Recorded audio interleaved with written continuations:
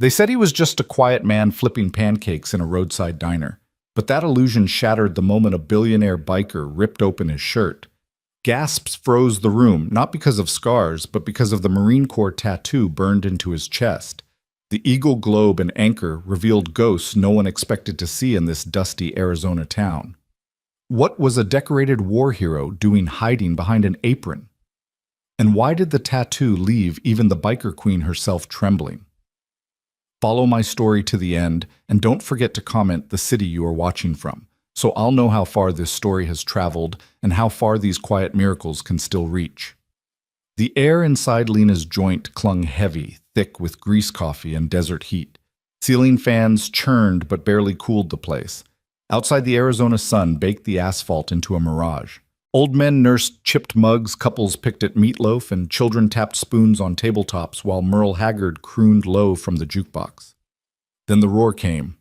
It started faint like thunder crawling up the highway, then grew until glasses trembled and conversations cut mid-sentence.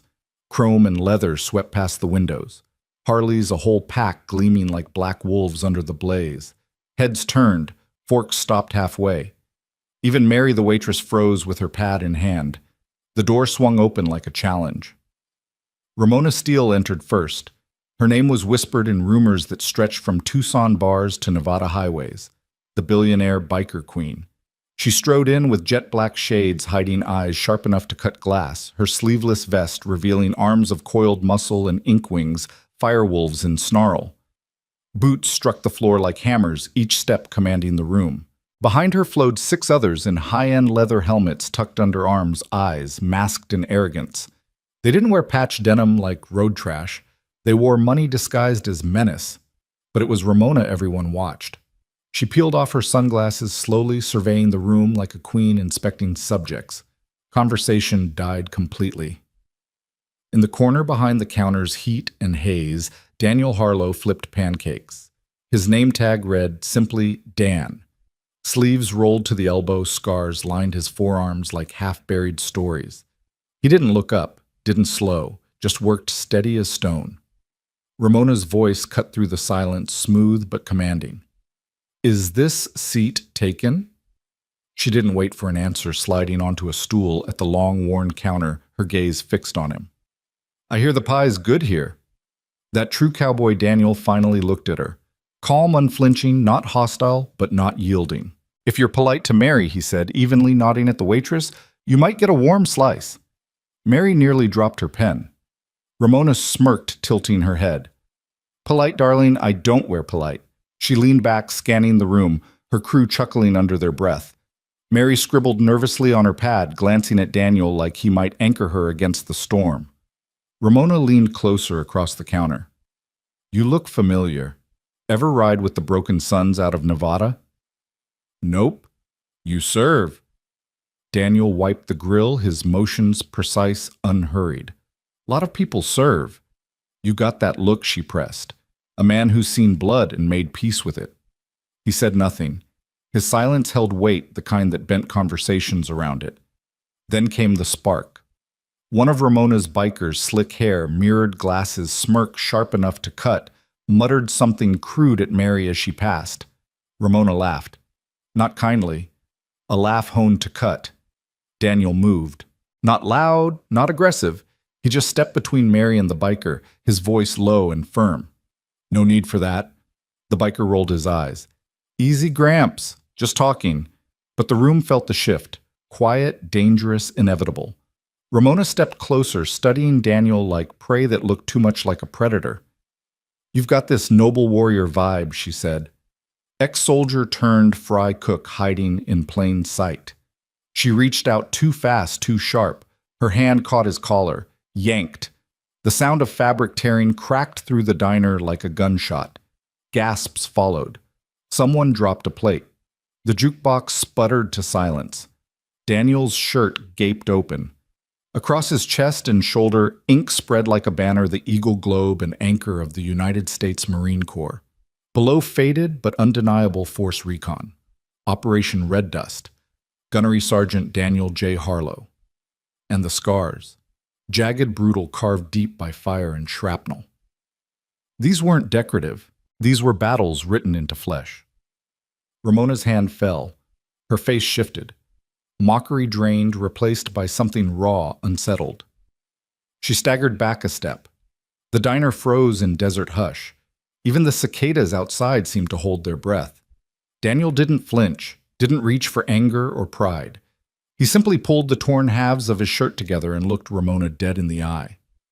"Some things aren't meant to be displayed," he said, voice steady as stone. "They're meant to be remembered." He plated a slice of rhubarb pie, slid it across the counter toward her. "That's on the house. First slice is always free. But respect." His gaze sharpened. That cost something. Then he walked away. Calm. Untouched. The silence he left behind was heavier than any roar. By morning, whispers would ripple across the county. A ghost had walked out of the shadows, and his name was Daniel Harlow. By dawn, the desert carried whispers, the way wind carried dust, fast, relentless, impossible to catch.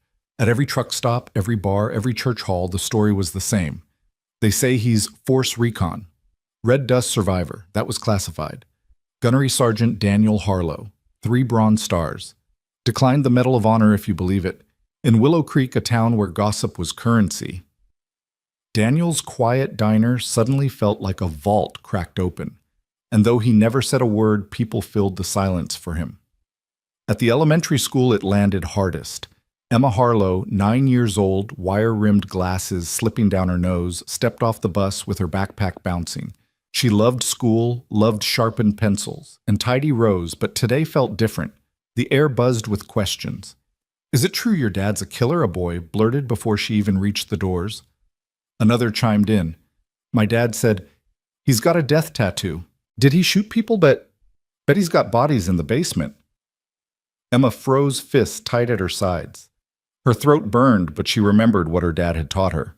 Blink once, slow, once fast. Dry your eyes without letting them see. So she blinked, straightened her shoulders, and kept walking. Inside the classroom, she buried herself in her notebook, sketching lines that turned into shields and suns. She didn't cry, not where anyone could see. Back at the diner, the world had changed overnight. Locals filled booths not for the food, but for the story. Customers asked Mary, the waitress, for details. She only shook her head, lips pressed tight, loyal to the man behind the grill. Daniel moved the same as ever. Crack of eggs, hiss of bacon spatula, precise as a surgeon's hand. He didn't acknowledge the eyes that followed his every motion. Around noon, the bell above the door jingled. Sheriff Cole Maddox stepped in. Cole was 58 silver at his temples, a badge dull from years of wear. He'd been sheriff long enough to know that silence told louder truths than shouting ever did.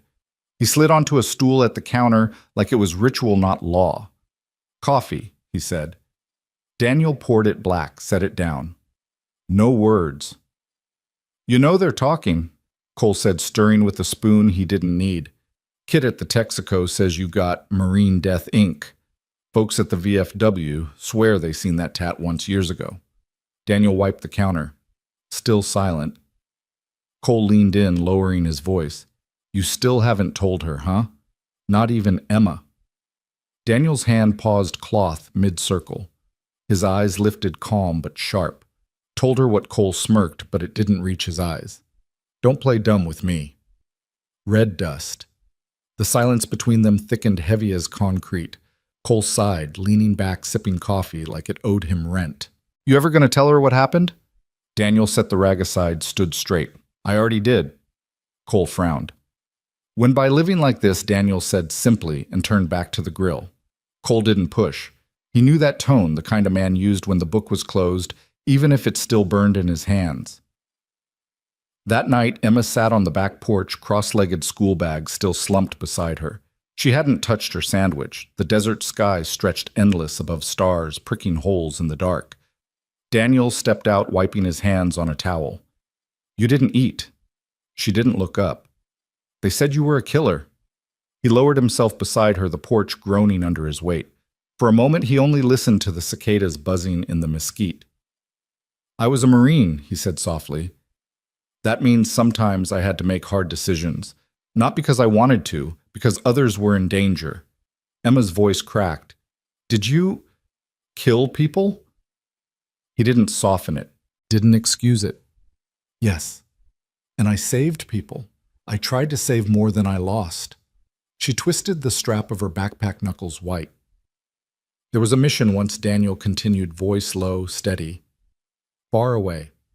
A building full of children. Bad men used them as shields. My team went in. We got most of them out. But he stopped, swallowed hard. I lost 3 brothers that day, men I trusted with my life. The words trembled in the air, half confession, half scar. Emma looked up at him, not angry, not afraid, just searching. Did it make you stop being a soldier? Daniel's jaw tightened. He shook his head slowly. No, it made me stop being at war. Emma pressed her lips together, then leaned into him, small head against his arm. He wrapped it around her, staring out at the desert night. And in the silence, the ghost pressed closer, uninvited, but never gone. The neon over Lena's joint hummed like a tired insect, its pink glow breathing against the window glass as the town settled into its nightly hush. Chairs were flipped onto tables, crumbs swept into a soft hill on Mary's dustpan, and the grill cooled with little sighs. Daniel locked the front door, turned the deadbolt, and let the day's noise leak out of his chest on a slow exhale.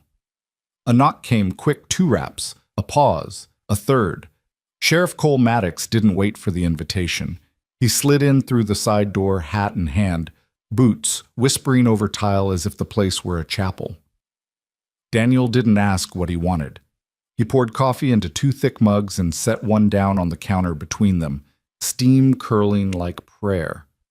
Town's awake, the sheriff said, easing onto a stool. Hard to get them to sleep once they smell a story. Daniel wiped a circle on the stainless steel with a rag. They'll forget by Friday. Maybe, but not this part. Cole tapped 2 fingers where Daniel's shirt had split earlier. They saw the truth. The truth, Daniel said, calm, is breakfast at 6 and the school run at 7:15. Cole smiled, but only with half his face. Red dust, he said softly, like the words themselves might trigger alarms. I was in Fallujah the year before. Different sand, same ghosts. I remember the radio chatter when your op went sideways. I wasn't there, but I heard the tone men get when they realized no one's coming except the men already there. Daniel kept his eyes on the counter. In the kitchen, the last drip from the dish rack ticked the sink. We went in for children, he said finally. Bad men were using them as a wall. Someone had to make a hole without killing what we came to save. And you made the call, Cole said. Daniel didn't nod, didn't deny. His jaw worked a muscle in his cheek, going tight and then gone. Split the team.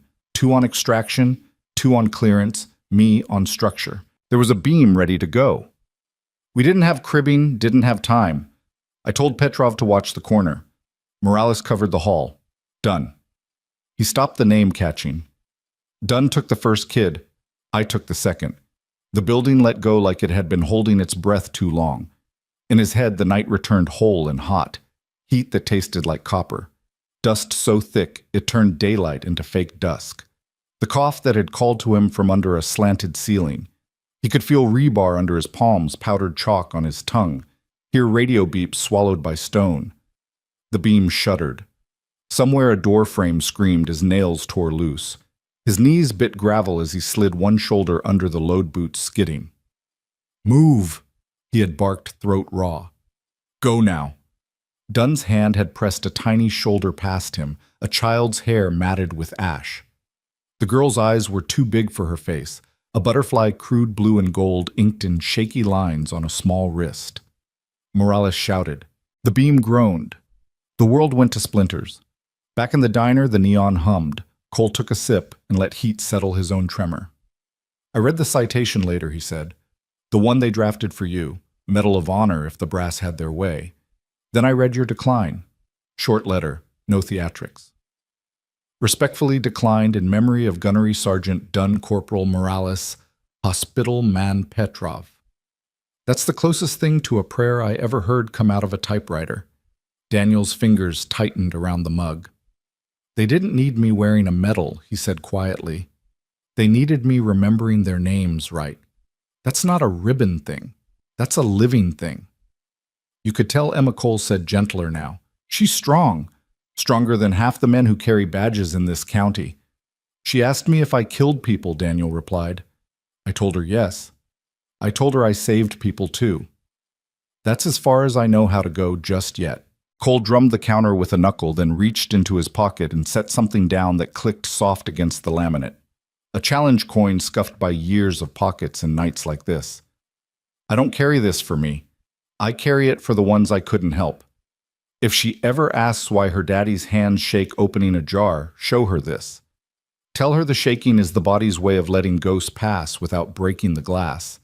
Daniel looked at the coin but didn't touch it. You think the town will settle? Some folks will make trouble because trouble gives their mornings a shape, Cole said. Most will just bring casseroles and questions. The dangerous kind of people are the ones who see a place like this as an asset column, not a table where a man's soul can sit and breathe. Developers. Daniel said, voice flat. Or worse, Cole said, staring through the window at his reflection. Thin, a little stooped a man who had chosen to be needed for so long, he didn't know how to be anything else. There's a rumor. A company sniffing around the old highway. Shell on top of shell. Horizon Ridge, Steel Horizon, somewhere in the chain. You ever hear of a woman named Ramona Steele? Daniel's eyes didn't change. The name passed over his face like a cloud, then moved on. She was in here yesterday, he said. Wanted pie. Got history instead. Cole snorted. From what I hear, she got both. Daniel took the coin, then turned it in his palm, the ridges familiar as a rosary. He didn't say he was grateful. The sheriff didn't say he was worried. They sat in the quiet until their coffee cooled to a temperature that required no courage at all, only habit. When Cole left, his hand paused on the doorframe, knuckles whitening for a heartbeat, as if considering a confession he didn't owe anyone. He settled for truth instead. You're not hiding, Dan, he said. You're anchoring. There's a difference. Don't let them convince you of the wrong one. After he left, the diner breathed like a sleeping thing.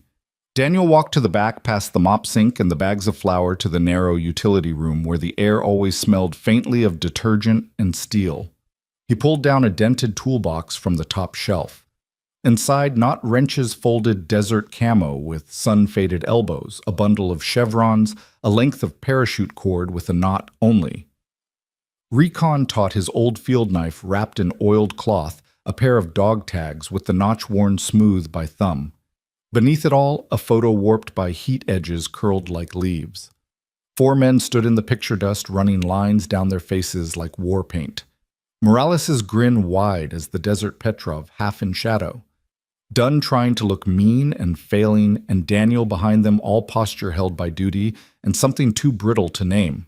At their boots, a chalk drawing on a broken slab, a sun with too many rays, a stick figure holding hands with another, both smiling as if nothing there could fall down or burn.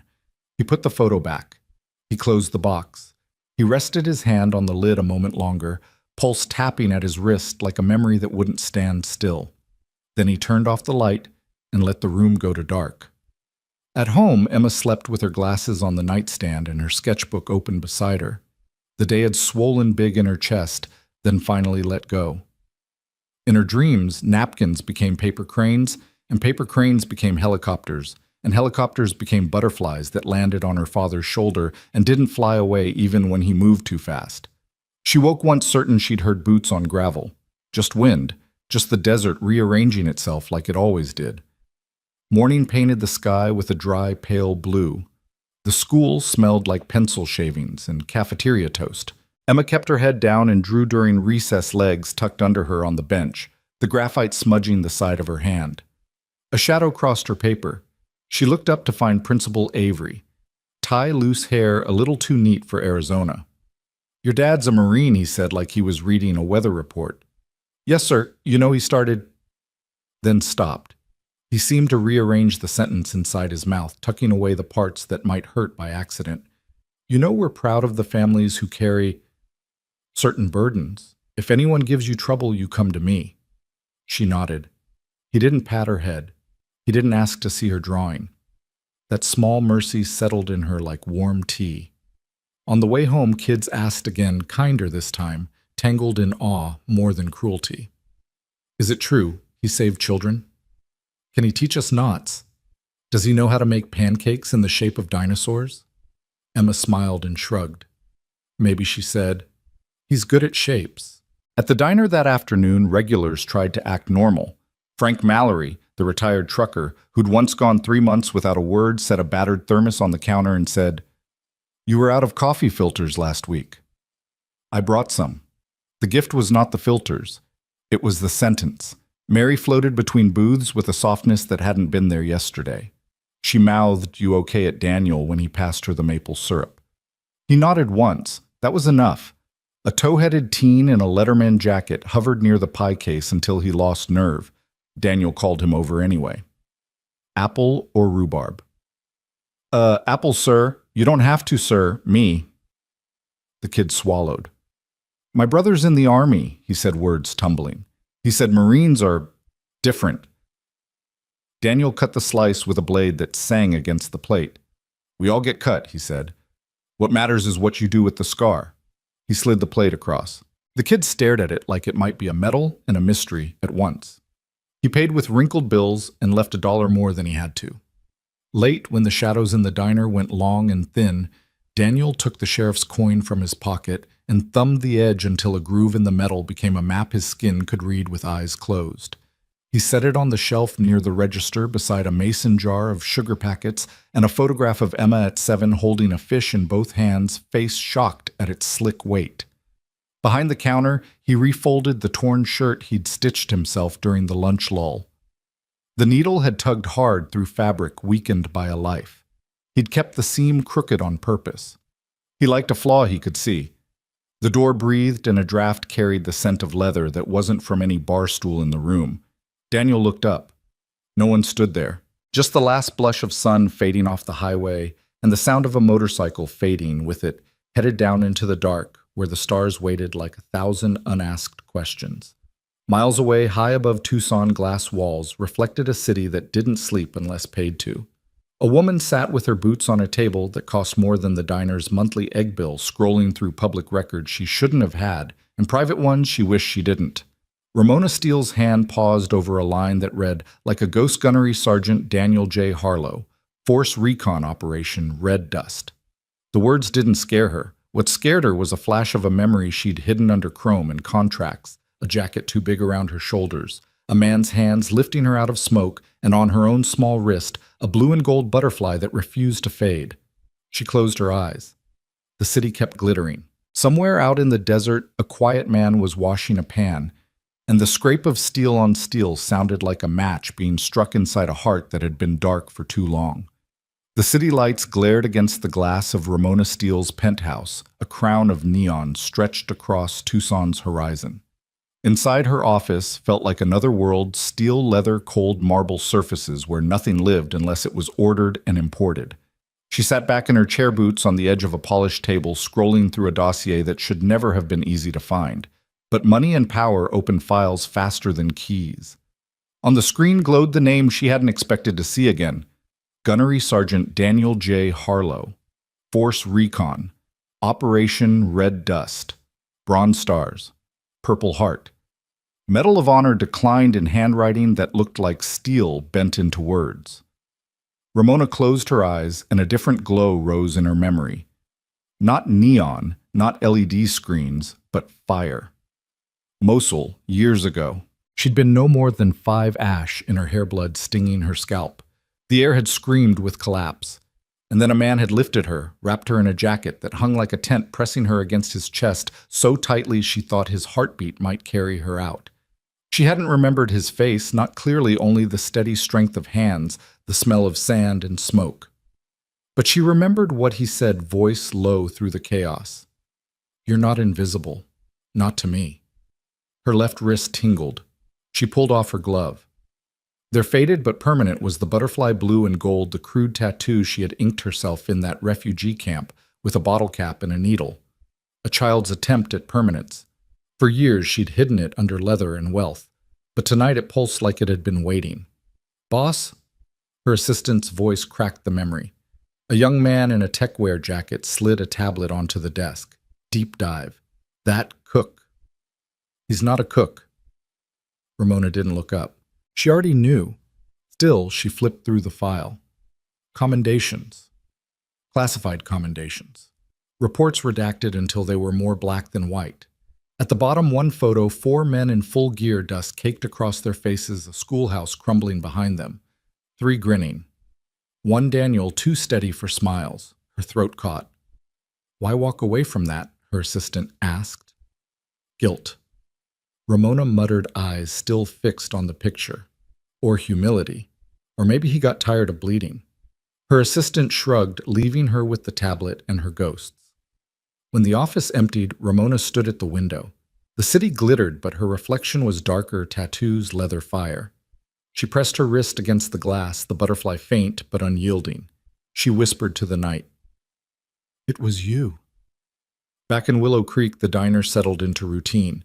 The routine now felt like a mask stretched too tight. Daniel still cracked eggs with the same flick, still poured coffee without spilling a drop. But the eyes that followed him weren't watching for breakfast.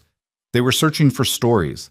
Mary bustled more than usual, filling space with chatter, scolding customers who pressed too hard. "He's just a man," she said, shoving pie slices onto plates with authority. But her own eyes lingered longer on Daniel when he moved past, as if she'd never really seen him until now. Emma sat in the corner booth after school, notebook, open pencils lined like soldiers. Her drawings had changed. Less kittens, more soldiers with wings. One sketch showed her dad behind a counter, a spatula raised like a sword. Another had her beside him, holding a plate like a shield. She bit her lip as she shaded the lines, wishing people would stop whispering. Daniel noticed. He leaned down, voice soft. "They still bothering you?" She didn't look up. "Not as bad." "You blinked them away." "Yeah." She managed a faint smile.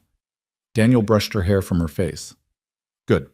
Remember, Emma, truth isn't in what they say. It's in what you do."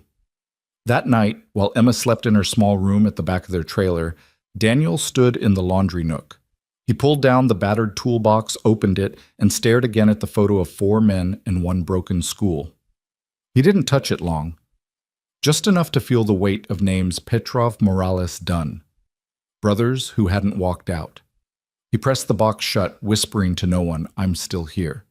Then he slid it back into place, switched off the light, and let the shadows claim what they always did. The next afternoon, the roar of engines returned. Not as loud as before, not a pack, just 1 bike. Chrome-flashed leather boots thudded. Ramona Steele pushed through the diner door this time without her entourage. Heads turned anyway. Daniel didn't flinch. He flipped a pancake. Ramona slid onto the same stool she had ripped him from 2 days before. Her eyes, uncovered by shades, looked different. Less blade, more burden. "Pie," she said simply. Daniel placed a slice in front of her without a word. She looked down, then up. And an apology. The diner went quiet, the kind of quiet that leaned in. Daniel studied her calm, unreadable. Then he nodded once. "Pie I still make, but apologies. Those take time." Ramona swallowed, forcing words she wasn't used to. "I wasn't raised to say sorry. I was taught to win. That doesn't mean you can't learn." His tone wasn't sharp, just honest. Ramona let out a breath she hadn't realized she was holding. She glanced toward the corner booth where Emma bent over her notebook, sketching again. "Hi, Ramona," said gently. Emma glanced up, wary. "Hello." Ramona leaned closer, spotting the drawing. "That's you and your dad." Emma nodded, protective of her page. "You're very talented," Ramona said softly. Emma studied her with eyes too wise for 9 years. "Do you mean it?" "About the apology?" Ramona's voice cracked a little. "Yeah. I meant it."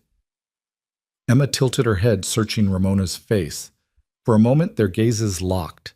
And in that gaze, Ramona saw something she hadn't expected, a reflection of her own eyes years ago, when she was the child in the rubble. Her chest tightened. The butterfly on her wrist seemed to burn. And for the first time in years, Ramona Steele felt like someone had seen her, not the billionaire, not the biker queen, but the little girl who had once been carried out of fire by hands steady enough to defy collapse. The hush lingered long after Ramona left the diner, her boots echoing across the sidewalk until only the cicadas filled the night. Inside, the regulars pretended to resume conversations, but their eyes betrayed them. Every one of them had felt it, that brief spark of something raw between the biker queen and the quiet veteran behind the counter. Daniel didn't speak of it. He finished wiping down Table's stacked plates with his usual care and locked the front door. When he and Emma walked out together, her hand small in his, the town seemed different, like secrets had finally sprouted roots and broken through the soil. On the walk home, Emma glanced up. "Dad?" "Yeah." "That woman, she looked at you like she knew you." Daniel kept his eyes forward. "She doesn't." Emma narrowed hers. "But she will." Daniel didn't answer. He only squeezed her hand, the desert wind tugging at his shirt sleeve. The next morning, Willow Creek buzzed louder than bees in July. Folks lingered at the Texaco, at the post office, at the one bar with neon that still half worked. Steele came back to the diner, someone whispered. She apologized. To him, another scoffed. She never apologizes. Ever. Maybe he's not just some cook. Sheriff Cole Maddox heard every word. He stood outside the station with his hat tilted low, chewing on a toothpick, eyes sweeping the street. He'd known Daniel since the man first drifted into town 6 years ago, carrying nothing but a duffel and a little girl who clung to his leg. He'd suspected then there was more story than either would say. Now the whole town was sniffing it out like hounds on a trail. Cole didn't like it. Not because Daniel was dangerous, but because too much attention could bring danger right to his door. That night, Ramona Steele didn't return to her penthouse. She rode. Miles of desert highway, under the moon, engine growling like the past chasing her. She thought of the file of the butterfly tattoo on her wrist, of the little girl with brave sketches, and of the man who'd answered her arrogance with silence instead of rage. By dawn, she ended up at a motel on the edge of nowhere. She sat on the curb outside her room helmet, beside her cigarette, forgotten between her fingers. It's him. It has to be him. The memory replayed again, the soldier lifting her from rubble, whispering words she hadn't forgotten. She'd buried it, built an empire over it, tattooed her skin so no one would see the scar beneath. And yet one look at Daniel Harlow, and the ground shook all over again. She closed her eyes. For the first time in decades, Ramona Steele felt small. Back in Willow Creek, the diner saw more strangers than ever. Leather vests with patches, curious riders, even city folk who never stopped before. Word spread like wildfire, Marine vet with a story. Steele ate pie at his counter. Daniel worked with steady rhythm, never indulging a question, never confirming a rumor. Emma helped after school, balancing plates with careful hands. One evening, as Daniel was closing up, Sheriff Cole stepped inside. "Need to talk?" Cole said, voice grave. Daniel nodded, slid into a booth. Cole leaned forward.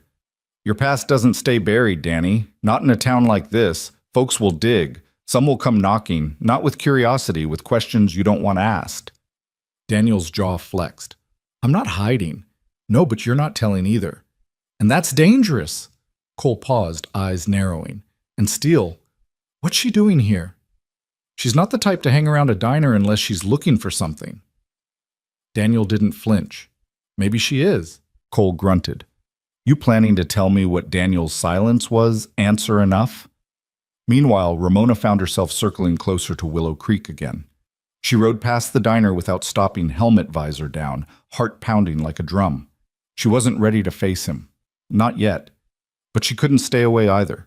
She parked a block away, engine cut, and just watched through the glass as Daniel flipped the closed sign. His movements were so deliberate, so ordinary, it twisted something inside her. Billionaires didn't envy cooks. Queens didn't long for silence. Yet here she was, hands trembling, wishing she had the courage to walk in again. That night, Emma woke to the sound of her father pacing.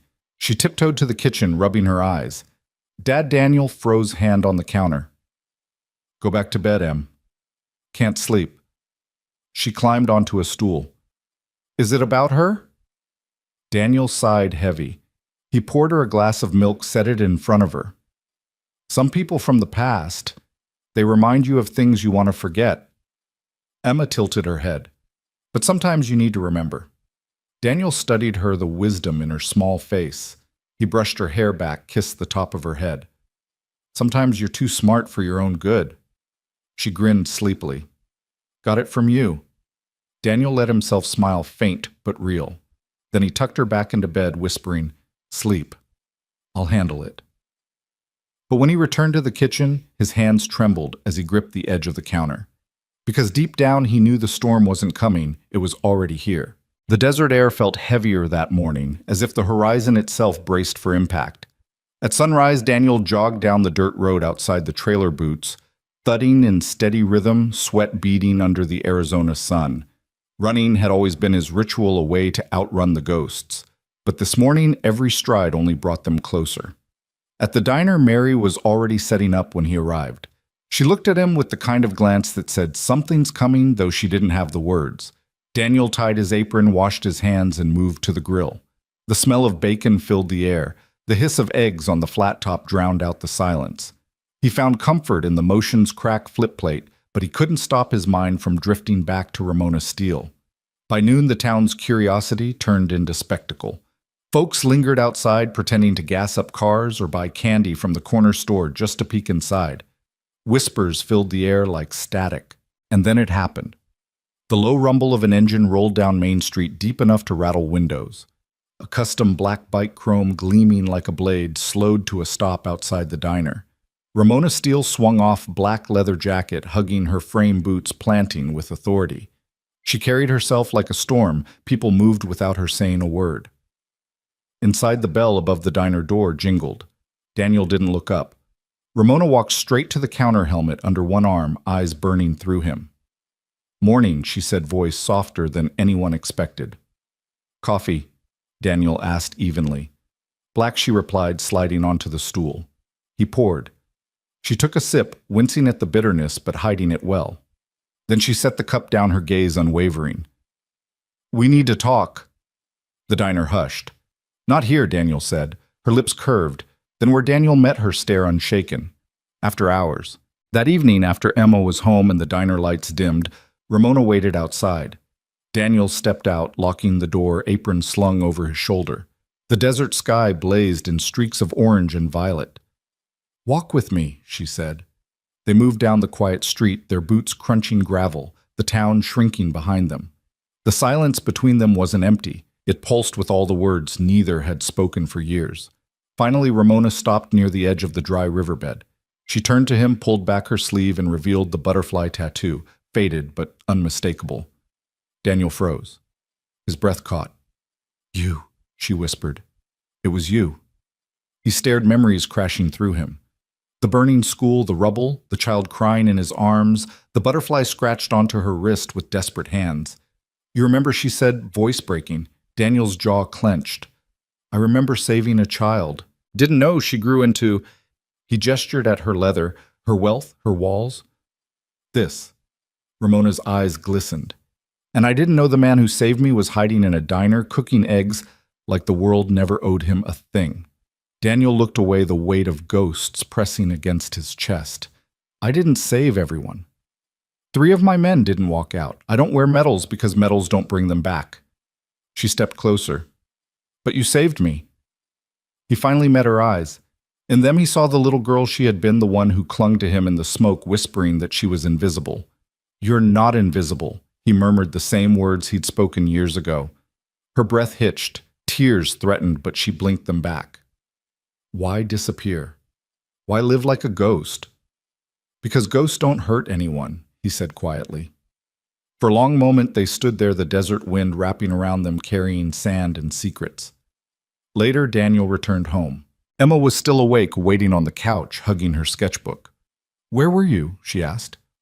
"Talking," he said. With her, Daniel hesitated, then nodded. Emma studied his face. "Is she dangerous?" "No," he said softly, though he wasn't sure if he believed it. "She's complicated." Emma hugged her sketchbook tighter. "She looked at you like you were her hero." Daniel swallowed hard, lowering himself onto the couch beside her. "I'm no hero, Em." Emma leaned her head on his shoulder. "Maybe not to you, but to her, you might be the only one she ever had."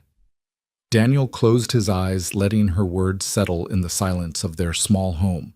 He didn't know what storm Ramona Steele was bringing, but for the first time he realized he couldn't just shut the door and walk away. The past had found him, and this time it had a face. The night laid itself over Willow Creek like a cooled sheet of tin. Wind ticked at the street signs. A coyote yipped somewhere beyond the dry riverbed and then thought better of it. Inside Lena's joint, everything was squared away for morning chairs flipped on tables, cash drawer locked, flour bin sealed tight, coffee filters counted and stacked by the machine. Daniel stood at the back door a beat longer than usual, listening the way a man does who once lived by the sound of danger before it had a shape. Nothing but the hush. He turned. The deadbolt walked Emma home, read 2 pages of an old astronomy book out loud until her eyes slid shut, then sat at the small kitchen table and stitched the crooked seam in his torn shirt by a single lamp. At 2:43 a.m., the quiet snapped. Glass fractured with a wet pop. A rag hissed into flame. Fire crawled low along the diner's threshold like a bad intention testing the wood. The bottle hadn't broken clean. The gasoline burped, caught the curtain, then guttered. Heat rose in a wavering tongue. The smoke alarm shrieked once and died batteries too old-timing, too cruel. The silent alarm Daniel had let Sheriff Cole talk him into last year cheap ugly, wired by a deputy with a knack for spare parts, did not die. It whispered the diner's trouble straight into the sheriff's phone. Across town, Daniel was already moving. Boots Key's extinguisher left by the door for grease fires because he trusted foresight more than luck. He shouldered into the night engine of his truck, coughing, then catching headlights slashing the road. His hands didn't shake on the wheel. Training took over, not bravado. He parked crooked, slammed the door, and ran. The front window wore a starburst wound. The screen had blackened. Curtains licked orange. He hit the handle with a towel, flung the door, and swept the extinguisher in a low arc, white snow hushing flame. The hiss sounded like a snake pressed under boot. Smoke thinned. Heat dropped to a sulk. He kept sweeping, kept moving, the old muscle memory of 100 cleared rooms, whispering corners, doorways, air. When the last ember turned to ash, he stood very still and listened. The building breathed under him, insulted, but alive. Red and blue rolled into the lot colors pulsing across the diner's sign. Sheriff Cole strode up with 2 deputies behind him, eyes scanning everything at once. He didn't ask if Daniel was okay. He already knew the answer. He did ask. Inside, small burn. Daniel said, voice even. Front curtain. Threshold blackened. Window cracked. Cole's mouth flattened. Molotov, but lazy. Either a warning or an idiot. They found what they always find after men who, like threats, finish their art, a smear of boot oil on gravel, a tire pattern. Too common to be useful, a smear of spray paint half-finished on the siding by the porch. Not. We like. The writer had been surprised by his own courage and ran. Under the window glass, teeth glittered wetly. The rag was charred enough to lose its color, not its shape. Mary arrived wrapped in a robe, hair jammed under a scarf, fury blazing. Whoever did this, she said, hands on hips, owes me 3 new curtains and their front teeth. She looked at Daniel's soot-streaked forearm, softened, and touched his elbow like she was checking a fever. You good? I'm good, he said. And he was in the only ways that mattered, breathing, standing, not blaming himself for someone else's fire. That was new, and it surprised him enough to take note. By gray light, yellow tape cut the porch. Folks clustered in small huddles, coffee mugs, steaming whispers chewing through the morning. Emma sat on the top stair in her hoodie, knees hugged tight, smudged with soot. She'd insisted on helping him wipe off the baseboards. Mary set a hand on her head. Emma leaned into it the way a kid leans into a tree they know will hold. The triumph came quiet, as if even the machine understood how to approach a wound. Ramona swung her leg over and stood very still at the curb helmet at her hip, eyes searching the char like it could answer. She looked smaller in the morning, stripped of night's glamour. She walked to the tape and stopped when Sheriff Cole lifted a palm. Stay there, Miss Steele. Her gaze cut to him, then to Daniel. Let me help. You can help by telling me why I found Merriweather Holdings scribbled on the back of a business card in a tire shop 2 towns over. Cole's voice wasn't loud, but it wasn't kind. They've been sniffing up and down this highway buying mom and pop for pennies and telling folks a storm is coming if they don't sell. That's not me, Ramona said. It was reflex, then truth tried to catch up. It used to be me, no. It used to be mine. I sold off.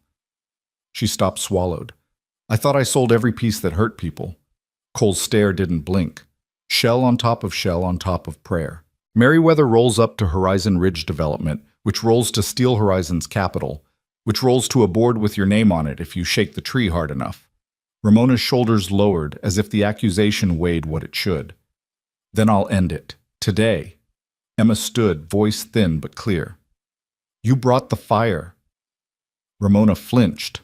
No, she said, almost too fast. She tried again. No, sweetheart. But people who used to work for me, they carry old orders like they were still fresh. I didn't strike a match, but I built the room where the matches live. She dragged a sleeve across her cheek, then caught herself chin-lifting.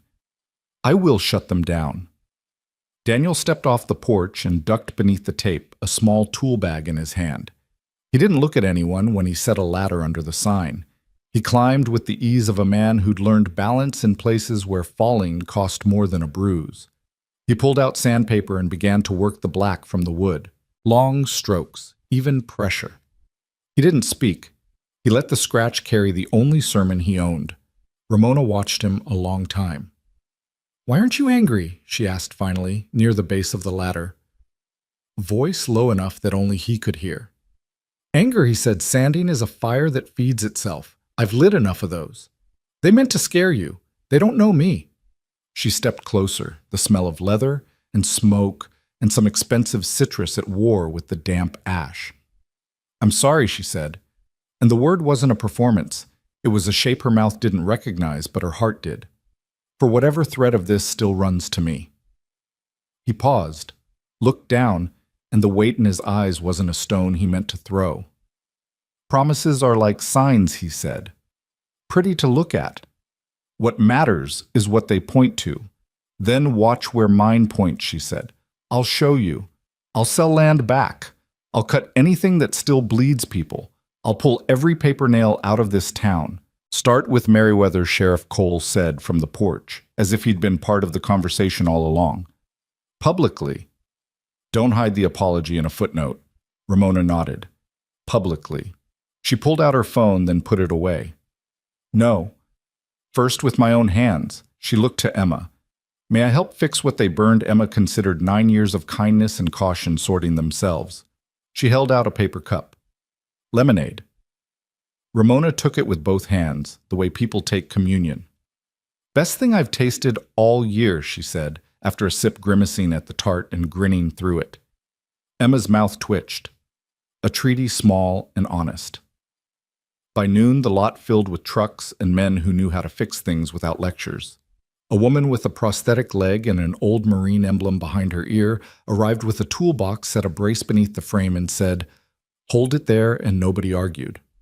A retired teacher came with paint rollers. Frank Mallory brought replacement glass wrapped in a moving blanket. Said nothing and set to measuring. Mary laid out muffins on the hood of a pickup like the tailgate of a church picnic and cussed mildly when bees got ideas. Sheriff Cole had his jacket off and a hammer in his hand before anyone could pretend he wasn't going to. He tapped nails with the slow patience of a man who'd learned there were only 2 speeds that got the job done, steady and steadier. Inside, Emma stood on a chair and wiped smoke gray from the ceiling tiles with a sponge bigger than her palm. Bleeding that won't stop needs pressure, she whispered, repeating one of her dad's rules, and pressed harder where the stain held on. Ramona called 2 numbers that used to make men run. She didn't roar. She didn't threaten. She said names and dates and clauses, and when the line grew oily with excuses, she cut through it with one sentence, sell it back, or I call every state attorney within driving distance and drop the emails you thought you deleted. She hung up before the voice on the other end remembered how to be brave. Then she dialed another number, a nonprofit she'd funded on paper, but never touched with her hands. We're moving your headquarters to Willow Creek, she said. Today. Outside, Daniel kept sanding. The burned letters began to show their bones again. He switched to a finer grit-wiped dust with the back of his wrist, left a pale smear across the scabbed wood. He stopped before the black disappeared entirely. He didn't want it gone. He wanted it to tell the truth. Fire had come and fire had failed. Leave that he told Frank when the man lifted a rag to polish the ghost mark. You sure Frank asked? Scars can be beautiful, Daniel said. They tell you where you've been and that you're still here. Frank looked at him like a man looks at a map that suddenly makes sense. Still here, he echoed and smiled down into his mustache. By late afternoon, the new pane of glass sat snug in its frame. The threshold was scrubbed to a dark honesty. The sign came down, got a careful coat of oil, then went back up, catching the sun like a promise. The yellow tape slumped and was gathered. People drifted toward their cars with the content fatigue that builds when hands do what mouths can't. Sheriff Cole wiped his palms on his jeans and turned to Ramona. "You make good on the calls. They'll announce the divestments by sunrise," she said. "Merriweather's gone by week's end.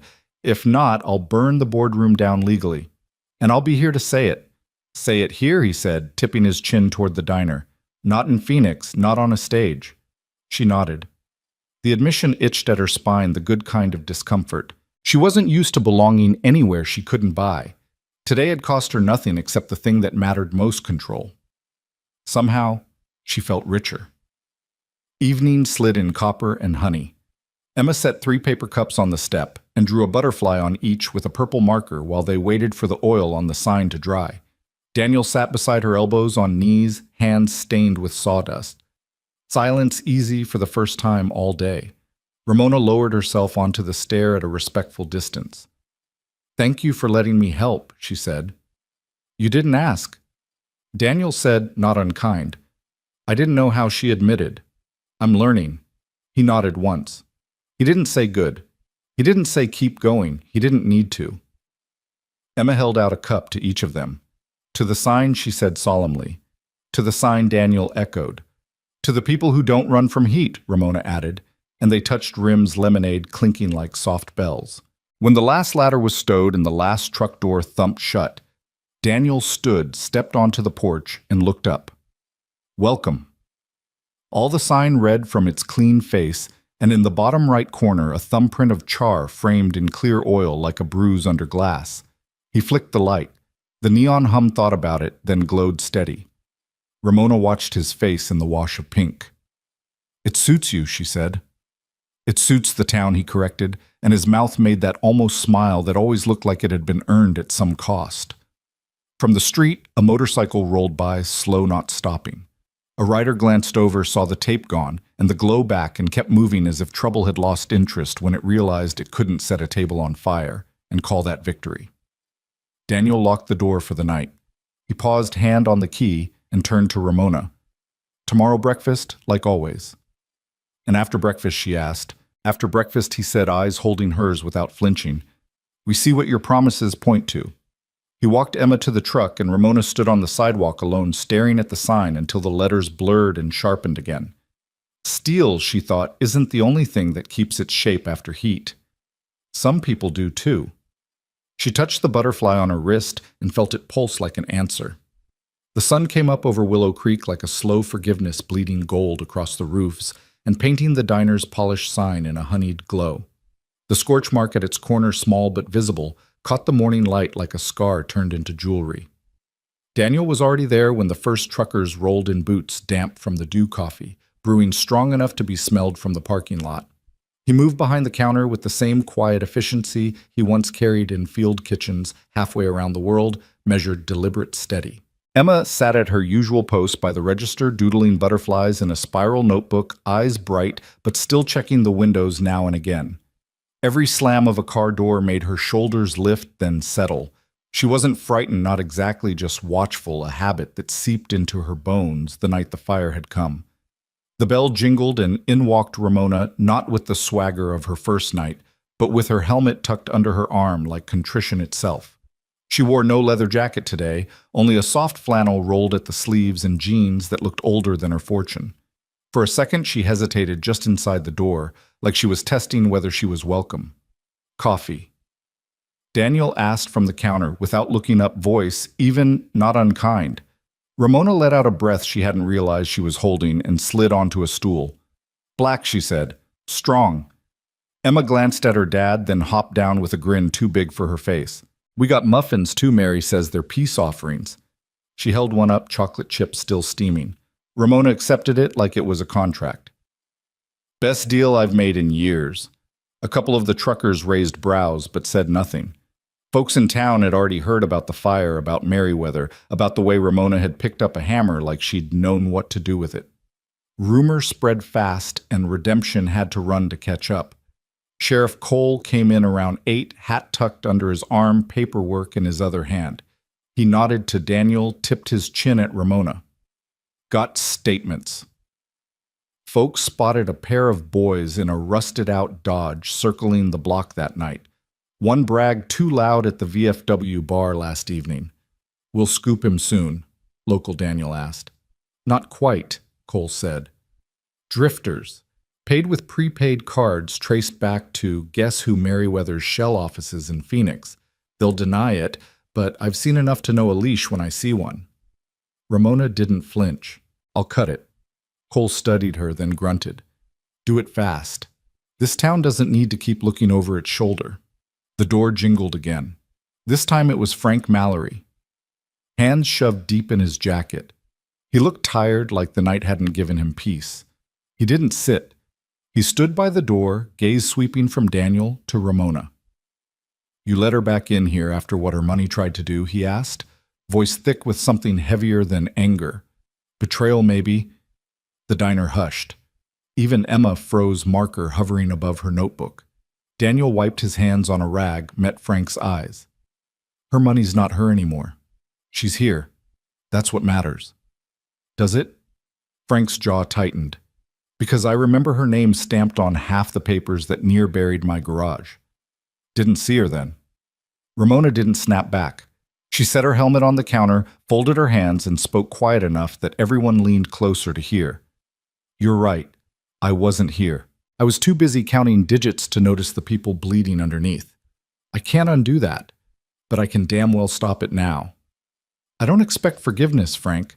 Just a chance to work. Frank studied her a long moment. His hand twitched like he might say more. Then he sighed through his nose and muttered, We'll see before sliding into a booth.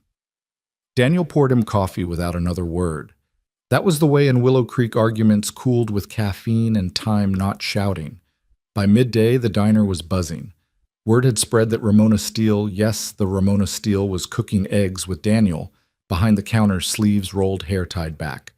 Laughter slipping loose when Emma corrected her spatula grip.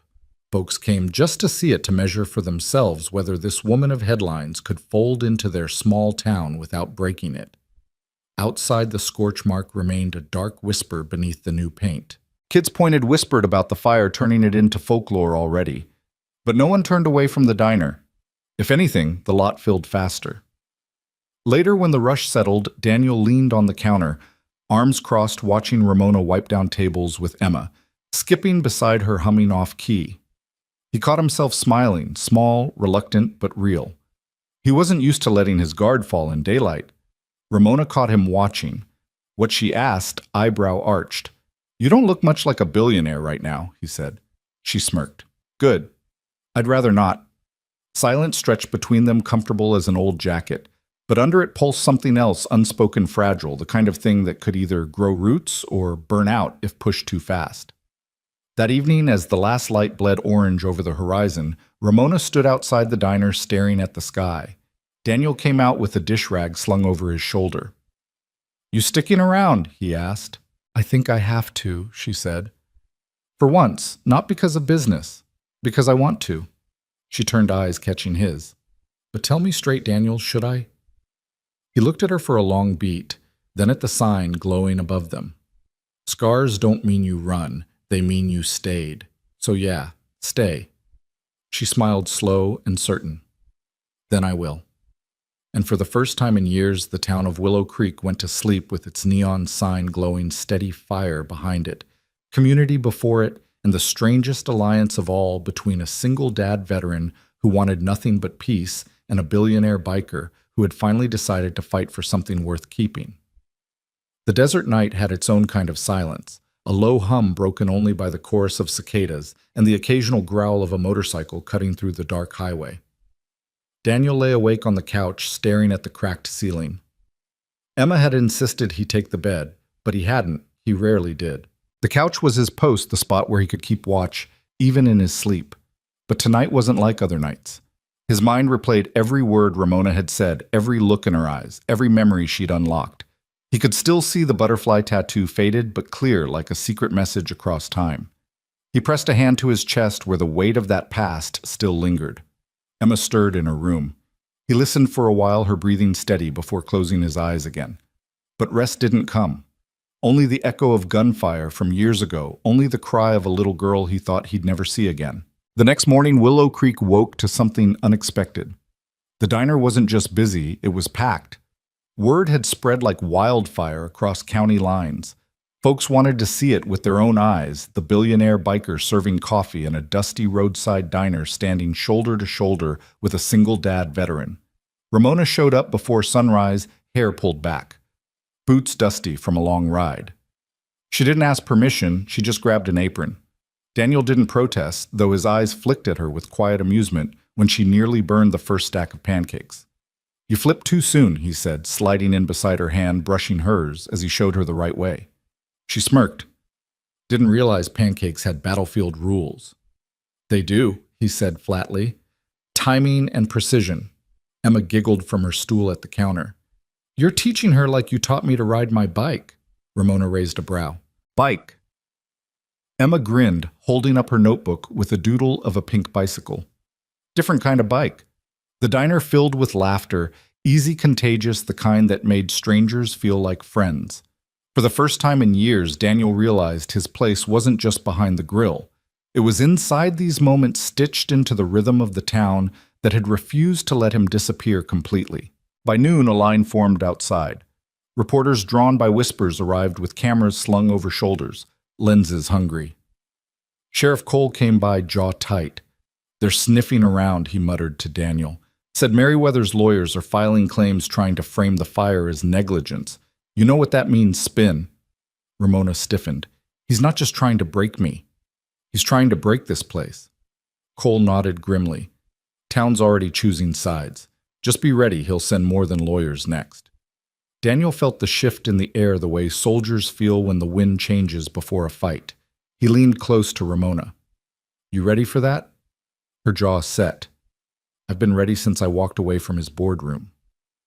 That evening, when the diner closed and the last truck rolled out of the lot, Daniel found Ramona sitting out back, staring at the horizon. A single lantern flickered between them, casting soft light across her face. "You ever think about what comes after?" she asked quietly. "After what?" "After the fight. After the noise. After people stop watching." Daniel leaned against the wall, arms folded. "After is where the real work starts." She glanced at him, a ghost of a smile tugging her lips. "I used to think after meant climbing higher, buying more, proving something. Now I think it might just mean staying put." His eyes softened, though he said nothing. Ramona set her helmet on the ground, fingers brushing the scar across its edge. "You saved me once, Daniel, maybe without even meaning to. Now it feels like I'm supposed to save something too. Not companies, not money, just people." Daniel looked at her for a long moment, then said quietly, "Maybe that's why you came back." The desert breeze carried the smell of dust and wild sage. For a heartbeat, it felt like the world around them paused. Ramona's gaze lingered on him, steady searching, as if she were trying to read the story and the lines on his face.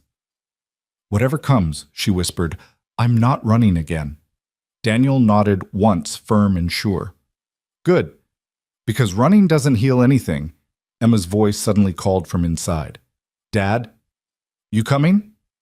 Daniel pushed off the wall, but before he left, he caught Ramona's eyes once more. "Get some rest. Tomorrow won't be quiet." And as he stepped back inside, Ramona sat under the star's helmet at her side fire in her chest. For the first time in years, she felt like she wasn't riding alone.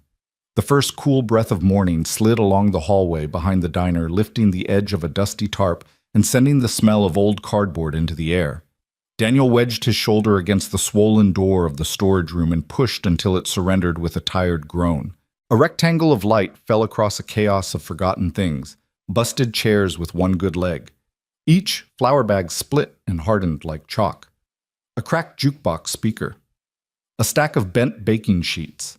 3 boxes labeled Christmas in Mary's handwriting, and a cobweb hammock so elaborate it could have charged rent. Emma stood behind him with a broom twice her height. "Mission briefing?" she asked, eyes bright, chin lifted like the cadet she'd never been but was born to become. "Objective." Daniel said deadpan, "Clear, clean, and claim." For what? She peered around him, already choosing a corner. He studied the room, seeing past mess to shape. A place for people who need it, he said. A room that doesn't ask questions before it lets you sit down. Emma nodded solemnly. Codename Daniel considered. The bunker. Emma grinned. Copy that. By 7, Mary arrived with rubber gloves and a bandana tied pirate tight over her hair. I heard bunker, she announced, snapping on a glove. I brought lemon oil, a label maker, and righteous judgment. Righteous judgment? Emma asked. For these chairs, Mary said, pointing at the pile. We will separate the sheep from the goats. They set to work. Dust plumed. Cobwebs fell. Daniel hauled dead weight out the back door and to the dumpster, then paused at the old jukebox speaker, brushed grime from its face, and set it gently against the wall instead of throwing it. Some things earn another chance, he murmured. Emma swept with vigor, then stopped, staring at a patch of soot-dark stain that the mop never seemed to lighten. She knelt, pressed the sponge hard, whispering under her breath. Bleeding that won't stop needs pressure. The stain softened, broke, and finally surrendered. She smiled to herself, small and private. By 10, Sheriff Cole strolled in with a dolly and 3 milk crates of paperbacks. From a church rummage I raided, he said, not quite apologetic. Trauma memoirs, decent thrillers, and 1 copy of Hatchet, because a kid left it in the back of my cruiser in '09, and I figure it belongs here now. He set the crates down and leaned his shoulder into the same door jamb Daniel had fought earlier, testing the frame, imagining a world where hinges shut softly. We could put a bookshelf right here, he said. Somewhere you see it the second you sit, so you know words live here too. Amen, Mary said, hauling a mop bucket past like a tugboat. 2 veterans arrived close together, neither calling ahead. The first was the woman with the Marine emblem tucked behind her ear, prosthetic leg clicking softly against tile. Name's Tasha, she said, shaking Daniel's hand with a grip that said she didn't need introductions to be believed. She turned to Emma. You're the XO. Emma looked to her dad. She is, he confirmed. Tasha saluted Emma, crisp and ridiculously serious. Emma returned the salute, a tiny figure with a broom for a rifle, and something in the room exhaled. The second was a man in his 30s with eyes that flinched at doorways and a cap pulled too low to be fashion. He didn't introduce himself. He set a cardboard box on the table and slid it toward Daniel with a nod. Inside a Purple Heart replica coin, a desert dry letter sealed and addressed. To whoever needs this next, and a photograph curled at the edges. 3 men in camo sitting on a hood under a sky that looked like it had inhaled sand and forgot how to let go. For the wall, the man said. If there is one. There will be, Daniel said. By noon, Frank Mallory backed his pickup to the back door and lowered a narrow bookcase from the bed with exaggerated care, the way a man handles a thing he's decided will matter before anyone else understands why. From my garage, he muttered. Used to hold carb cleaner and manual sets. Seems like it wants better. They fitted it beneath the window. Mary wiped it with lemon oil until it glowed like it had been waiting for this all along. Sheriff Cole took the boxes and began alphabetizing with the ruthlessness of a librarian who decided redemption could be organized if you tried hard enough. Tasha brought in 2 folding chairs from her trunk and declared them combat tested. Emma stuck a strip of label tape to each one. Sit, stay, heal. It was Emma who found the napkins. They'd been stuffed in a crooked drawer beneath an old microwave, a brick of off-white squares with edges slightly warped by time. She pulled one free, smoothed it on the table, and started folding corner to corner, press fold again, triangle turn, pockets. A bird shape slowly appearing because her hands remembered the YouTube video she'd watched 6 months ago and then once a week since. When she finished, a small crane sat in her palm, lopsided but sturdy. She chewed her lip, then pulled a purple marker from her pocket and wrote on its wing in careful print for Dad's friends. Thank you. She set it on the bookcase between a paperback about a long walk home and a memoir with desert on the cover. Mary saw it first. Her mouth softened into a smile that made her look 10 years younger. Oh, honey, she whispered. Tasha after that. She picked it up as if it might break, then passed it to the quiet man with the cap. He turned it over, thumb tracing the crease, and something in his face loosened like a knot that had given up resisting. He set it back and without a word reached for a napkin. By closing, 5 cranes roosted along the shelf, white wings edged in fingerprints, each one bearing different handwriting on the wing. Still here, for the ones who didn't. Because you pulled me out, because somebody will need a bird someday. Semper Fi. Ramona arrived as the sun tilted toward evening. She paused in the doorway, helmet under one arm, the other hand empty, the rarest thing she ever carried. Dust motes drifted in the angled light like small forgivenesses. The room smelled like lemon oil and old paper, and the metallic hint of a mop bucket at rest. She stepped inside quietly, as if volume itself could break the spell. No entourage, no swagger. She stopped in front of the shelf and stared at the cranes, at the coins, at a dog tag loop someone had left on a nail. She reached toward a photo, a black and white of a young Marine kissing a baby through the wire of a base fence, and didn't touch it, choosing to let it be. This is... She groped for a word that money had never taught her. Holy, she finished, voice small. Room's still a room, Mary said, snapping tape into the label maker. People make it holy. Ramona's eyes found Daniel. He stood near the back, hands on his hips, watching without managing a presence, without a demand. People moved around him as if he had arranged gravity to be gentler in this square of the world. How did you do this in a day? She asked. I didn't, he said. They did. I unlocked a door. And you kept it open, she said.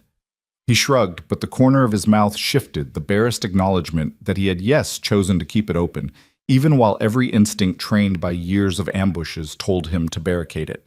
After the dinner rush, when the diner's front room quieted to clinks and low talk, the bunker breathed on its own.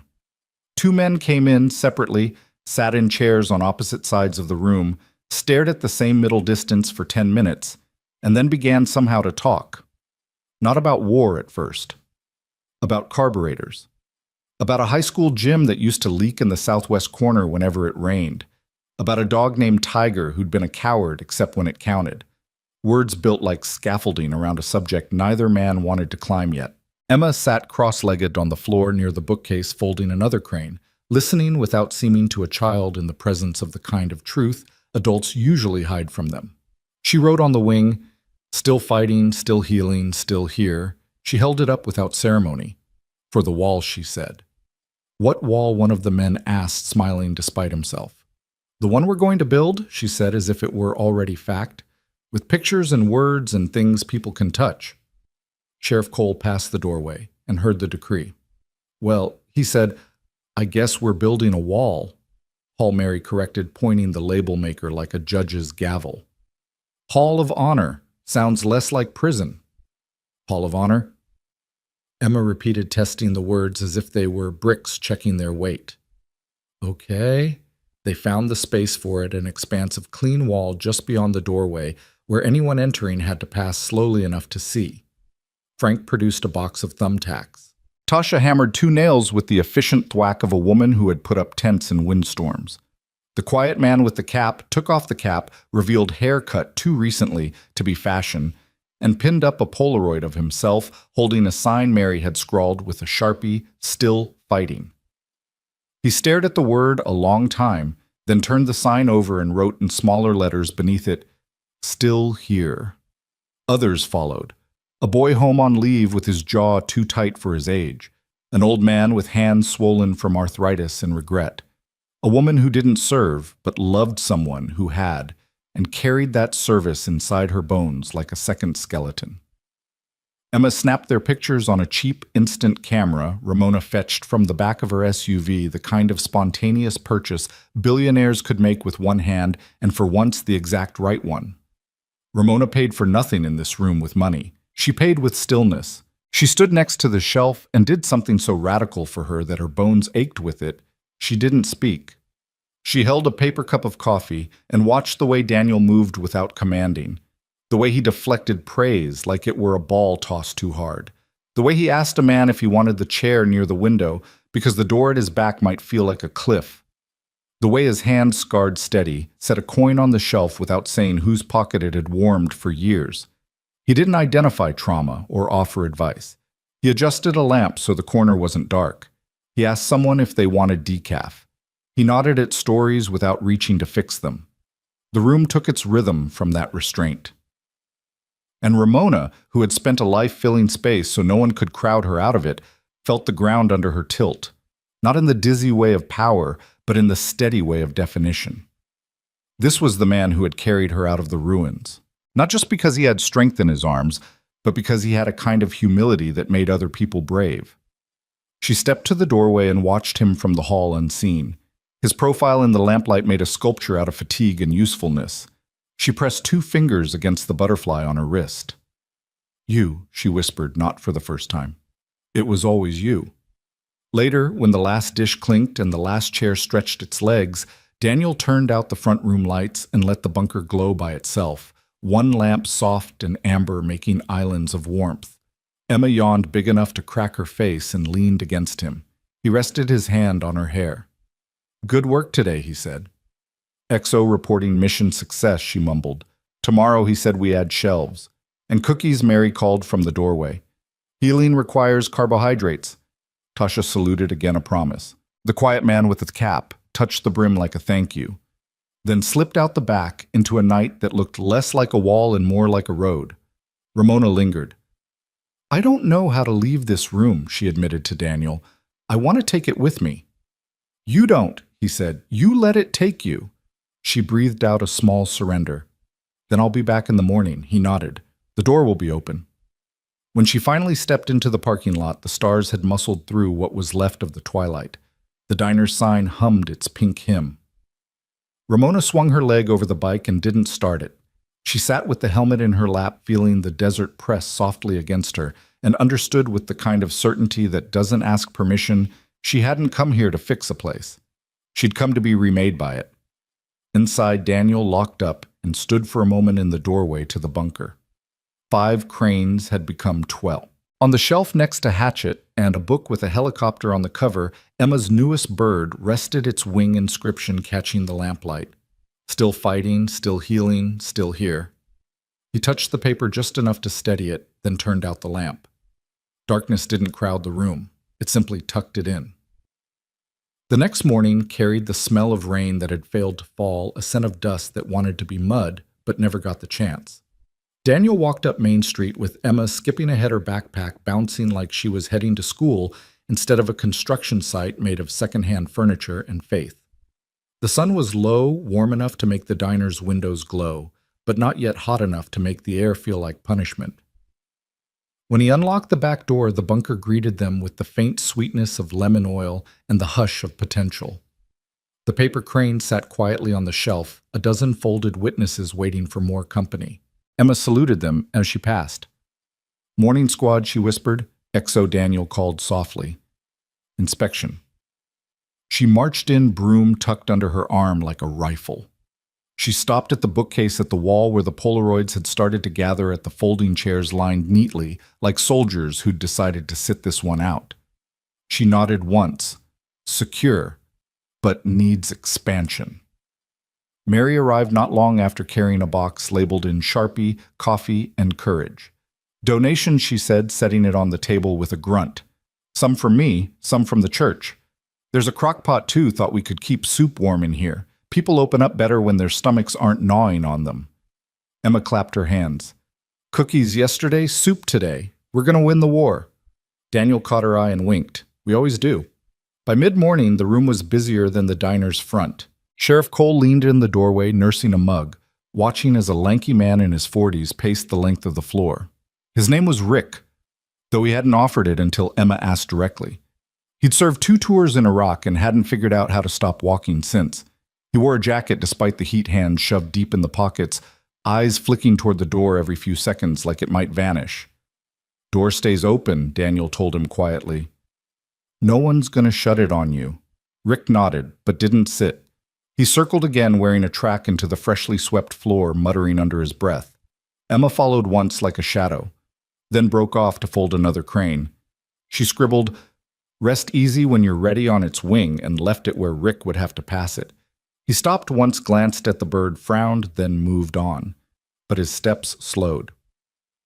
Not long after Tasha arrived, hauling in 2 heavy duffel bags. She dumped them on the table with a thud. "Gear," she explained. "Blankets, candles, a set of dominoes, and a Bluetooth speaker if someone wants music that isn't jukebox ghosts." Emma dug into the first bag like it was treasure. "Dominoes," she cheered. Dad, can we play later? Daniel smiled. Later. Mary, watching him, muttered, You mean after the world stops needing you every 5 seconds? The words slid into him, half sting, half truth. He bent to adjust a chair and didn't answer. By noon, Ramona appeared not in leather and thunder this time, but in jeans and a plain white shirt. Her hair was still wind mussed, but she carried a tray of sandwiches from a bakery 2 towns over. Peace offering, she said. Don't ask how much I overpaid. Emma's eyes widened. Turkey with cranberries, she asked hopefully. Ramona smirked. And roast beef with horseradish. And a couple vegetarian because Mary told me someone would ask. Mary raised her hand. That someone is me. They laughed, and the sound held longer than it should have, filling the room like light through a cracked roof. The bunker grew louder as the afternoon went on. People trickled in, some veterans, some just lonely, some curious. A teenage boy with a buzz cut sat cross-legged against the wall, pretending not to listen to Rick's pacing, but slowly matching his rhythm. A widow named June brought a framed photo of her husband in uniform and set it under the Hall of Honor, whispering, He was never good at being alone. Maybe he won't be now. Every addition deepened the room like each object was a stone laid in a foundation, and Daniel, moving among them, felt the floor steady under his feet in a way it hadn't for years. But not everyone approved. Frank Mallory showed up just before dinner, grease still on his hands from the garage. He leaned against the door jamb, arms crossed, watching. His eyes narrowed when he saw the Polaroids, the cranes, the laughter that spilled too easily for a place full of people with broken nights. You're turning this into something it can't be, he muttered. Daniel looked up. What's that, a cure? Frank's voice was flat. This room, these cranes, this soup, it doesn't erase what's burned into us. You know that. Daniel wiped his hands on a rag. Not a cure. A place to breathe. Frank shook his head. Places don't change anything. People leave here, the dark follows. Ramona stepped forward, eyes sharp. And yet you're standing in the doorway. Frank scowled, then looked away, ashamed at being caught. He mumbled something about needing to drop off tools and left before anyone could stop him. Emma whispered, He's wrong, right? Daniel crouched, resting his hand on her shoulder. He's hurting. And when people hurt, sometimes they talk like hope is a trick. Doesn't mean he's right. Emma folded her lips tight, then picked up another napkin. Then I'll make him one too, she said fiercely. A crane that says hope isn't fake. By evening, the bunker had taken on a hum of its own. Someone had plugged in Tasha's speaker and low blues filled the corners. June passed soup around. Rick finally sat, his shoulders sagging like a tent pole released. Emma handed him his crane without a word. He held it a long time, then set it on the table in front of him like a fragile shield. Ramona watched from her chair near the shelf, eyes darting to Daniel more than the room. She saw the way people orbited him without him trying, the way he offered presents instead of solutions, the way even Frank, angry resistant, couldn't stay away for long. When the last stragglers left and the soup pot was empty, Daniel sat heavily on a folding chair, elbows on his knees. It's growing faster than we can hold it, he admitted. Mary, stacking bowls, said, That's what happens when people taste something real. They come hungry. Emma curled against his side, eyelids heavy. Then we just keep feeding them, she mumbled. Ramona met his eyes across the dim room. You can't do it alone, she said softly, and you don't have to. Daniel said nothing, but his hand on Emma's shoulder tightened just enough to show he'd heard. Outside, the night gathered again, thick and starless. But inside the bunker glowed lamps, warm paper cranes, multiplying walls, holding stories like wounds stitched but not hidden. The storm finally came that night, not in lightning or thunder, but in headlights. Around midnight, 2 black SUVs rolled slow down Main Street, their engines low, their windows dark as mirrors. The diner's lights were off, the bunker locked, but Daniel saw them from his porch. He didn't move, didn't breathe. Just stood with his arms folded across his chest until the cars slid past like shadows. Ramona had warned him. Merriweather wouldn't just let her walk away. She had stolen too much power, loyalty, and the chance to prove himself the only hand on the wheel. That meant sooner or later his reach would stretch as far as Willow Creek. The next morning, Sheriff Cole confirmed it. He showed up at the diner with circles under his eyes and a crumpled report in his hand. New faces at the edge of town, he said grimly. Men who don't ask for coffee, don't rent rooms, just sit in their cars and watch. Emma listened her toast halfway to her mouth. Bad men, she asked. Cole hesitated. Daniel stepped in. Men who don't belong. That's all you need to know. Ramona, sitting at the counter, crushed her napkin into a ball. He's moving faster than I thought. Daniel looked at her. What's his angle? She exhaled sharply. Control. If he can't scare me back to the table, he'll scorch earth until I have nowhere else to stand. Then he'll find out this town doesn't scare easy, Cole said, but his voice held worry. By noon, the bunker was busy again. Rick returned less restless but still pacing. June brought sandwiches this time, saying she wanted to pull her weight. Tasha strung up a strand of fairy lights she'd stolen from her cousin's wedding decorations, laughing as Emma clapped and declared it officially magical. But the air carried something heavier than laughter could dissolve. People whispered about the cars on the highway, about strangers at the gas station, about what it meant when billionaires aimed their shadows at small towns. Daniel stayed calm. He brewed coffee, fixed a leaking pipe, nodded to each new face that walked through the door.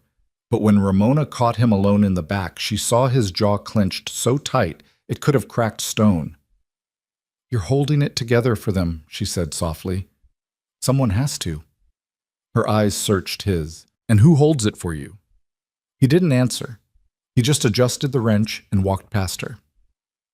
That evening, as the last of the guests drifted out, headlights cut across the lot.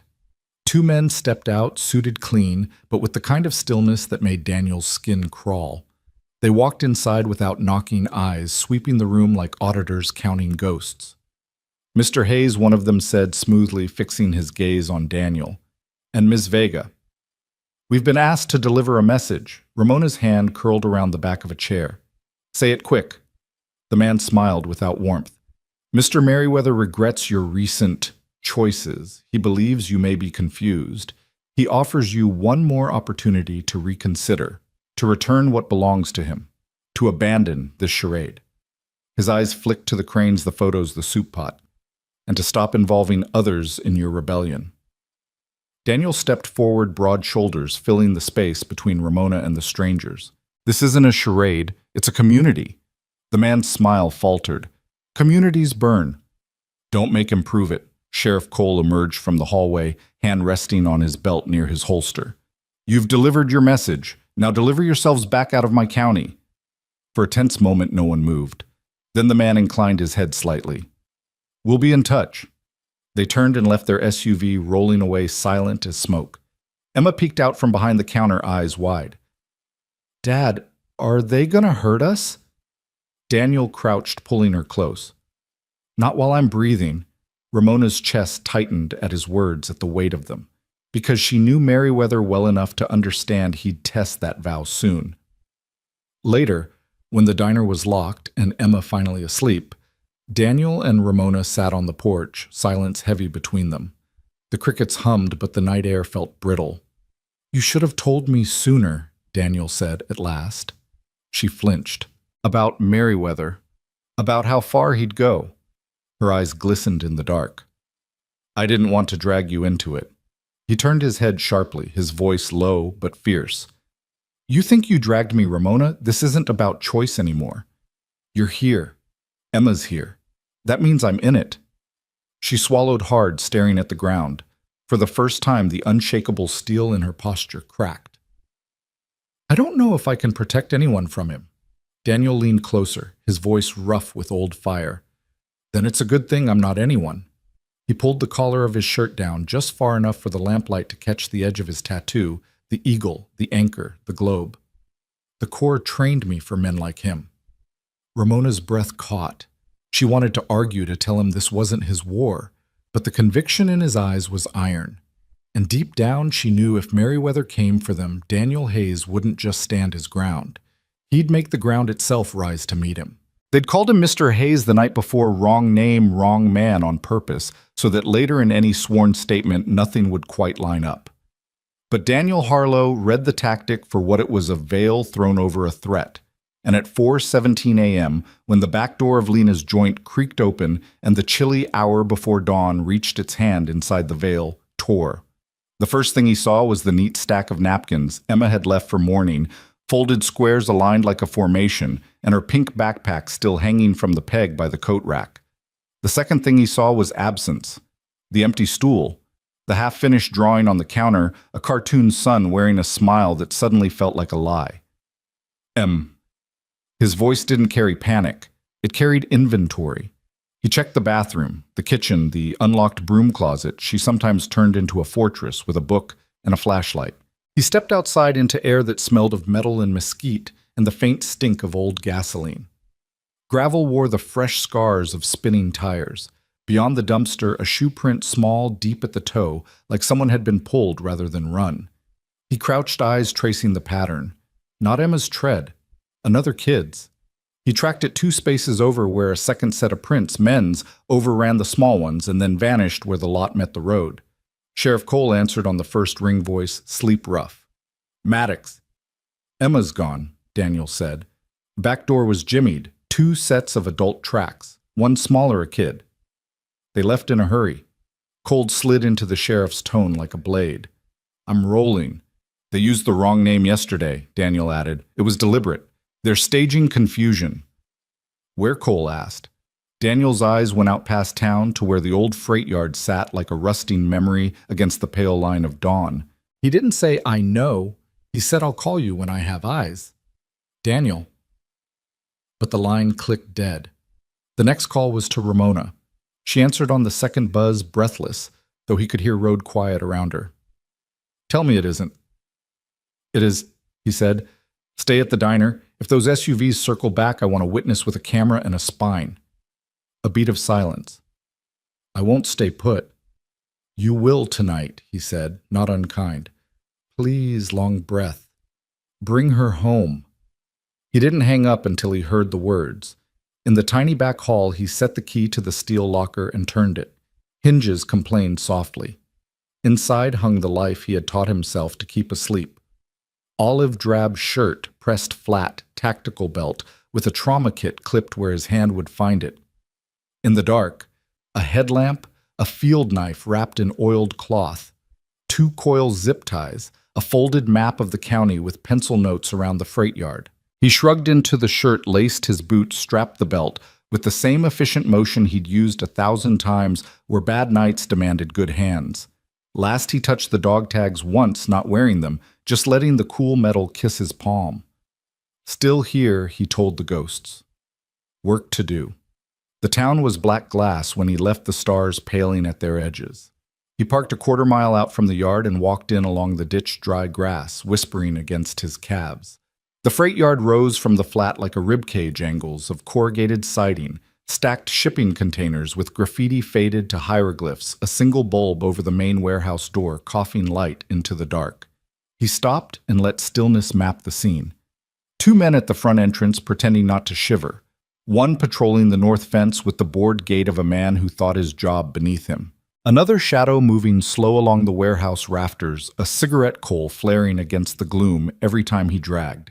Inside the big bay, he could make out the shape of a camping lantern flickering on a crate. Voices carried thin and echoing. He counted 3, maybe 4. Joints were always sloppier than they sounded behind tinted glass. He checked wind, inhaling, exhaling. He noted the scrap piles, the rickety staircase, the skid marks where someone had earlier spun a gravel donut to look tough for no one. He traced a path in his mind up the southwest wall via a rusted ladder across the catwalk, down behind the office shed angle to the lantern. He adjusted his belt and moved. He didn't run. Running is a loud sport. He flowed boot falls, set down heel-quiet shoulders, threading the gaps a younger man would have muscled. At the base of the ladder, he looked up, checked for oil slick on the rung, then climbed hand over hand. Halfway, a rivet gave a complaint squeal.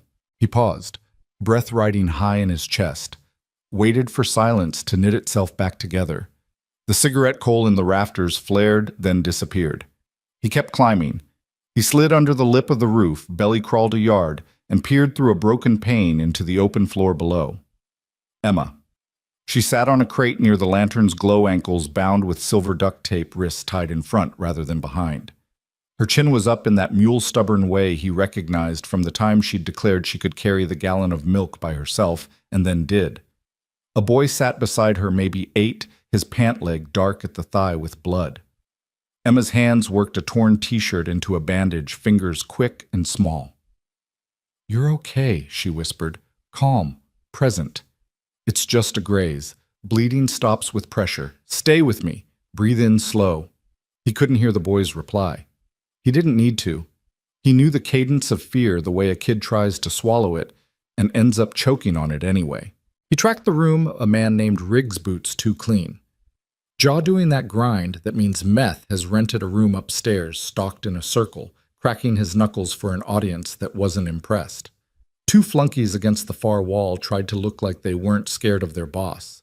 A third man lounged by the stairs, phone in his hand, eyes skittering like roaches from light. Daniel lifted 2 fingers, then 3, then flashed 1. Old hand signals that meant count, mark, move. He gave himself the green light and went. He slid through the window onto the catwalk, tested the grating with his weight, then took 3 silent steps and dropped behind the office box, a plywood cube raised like a dollhouse with one missing wall.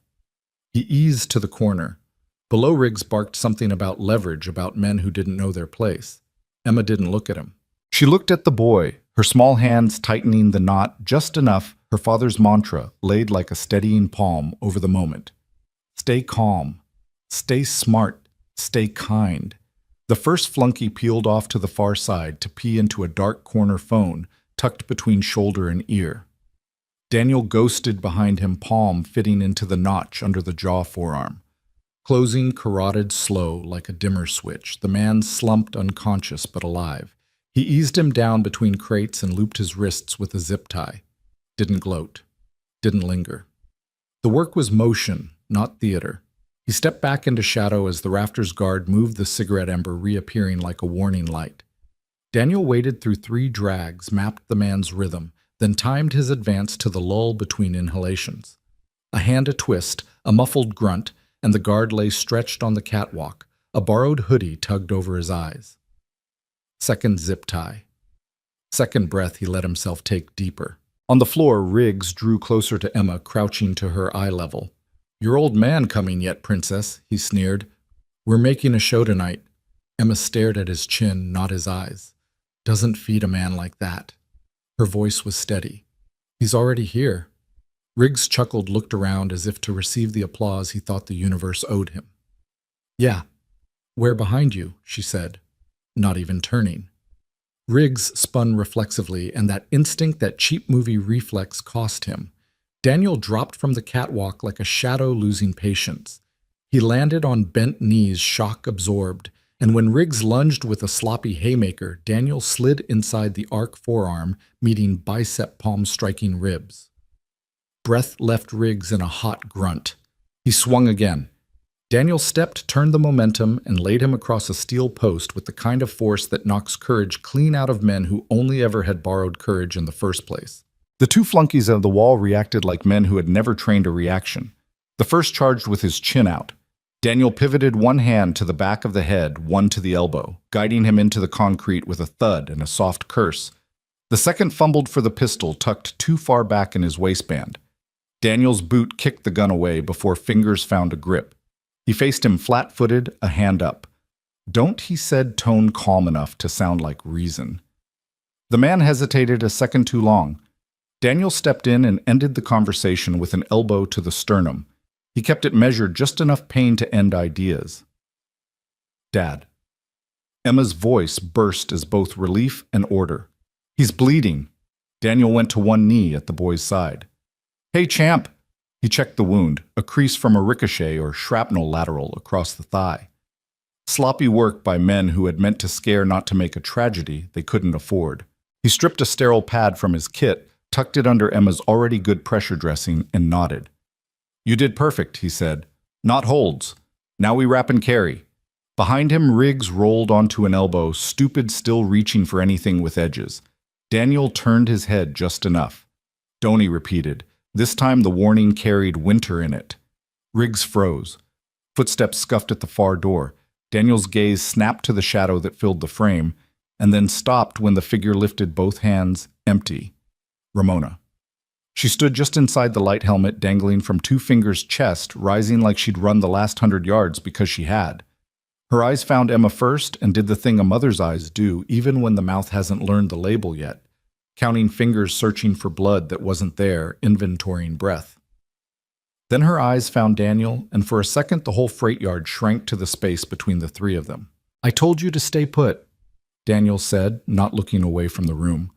"I'm not built that way," she answered, voice shaking but gun steady. He made a decision in the way men like him do, at the speed of a flinch, with the weight of a plan. "There's a stair behind that office," he said, chin flicking. "Clear it. If anyone comes through the north door, you sing out once. Don't step into the open." She nodded and moved, not arguing, not posturing, just doing. He slid his arms under the boy and tested the lift. "Arms around my neck, buddy. Your light is a story." The kid complied, face scrunched, but trust, hand over hand to Emma's calm. Daniel stood and felt the boy's weight settle into old muscles that remembered 1,000 carries in one. You never forget a child from rubble, small arms, loop-tight smoke in your throat, the world trying to fall around you and failing because you did not let it. He turned to Emma. "Climb," he said. "Stay on my left. If I say down, you get small and you stay."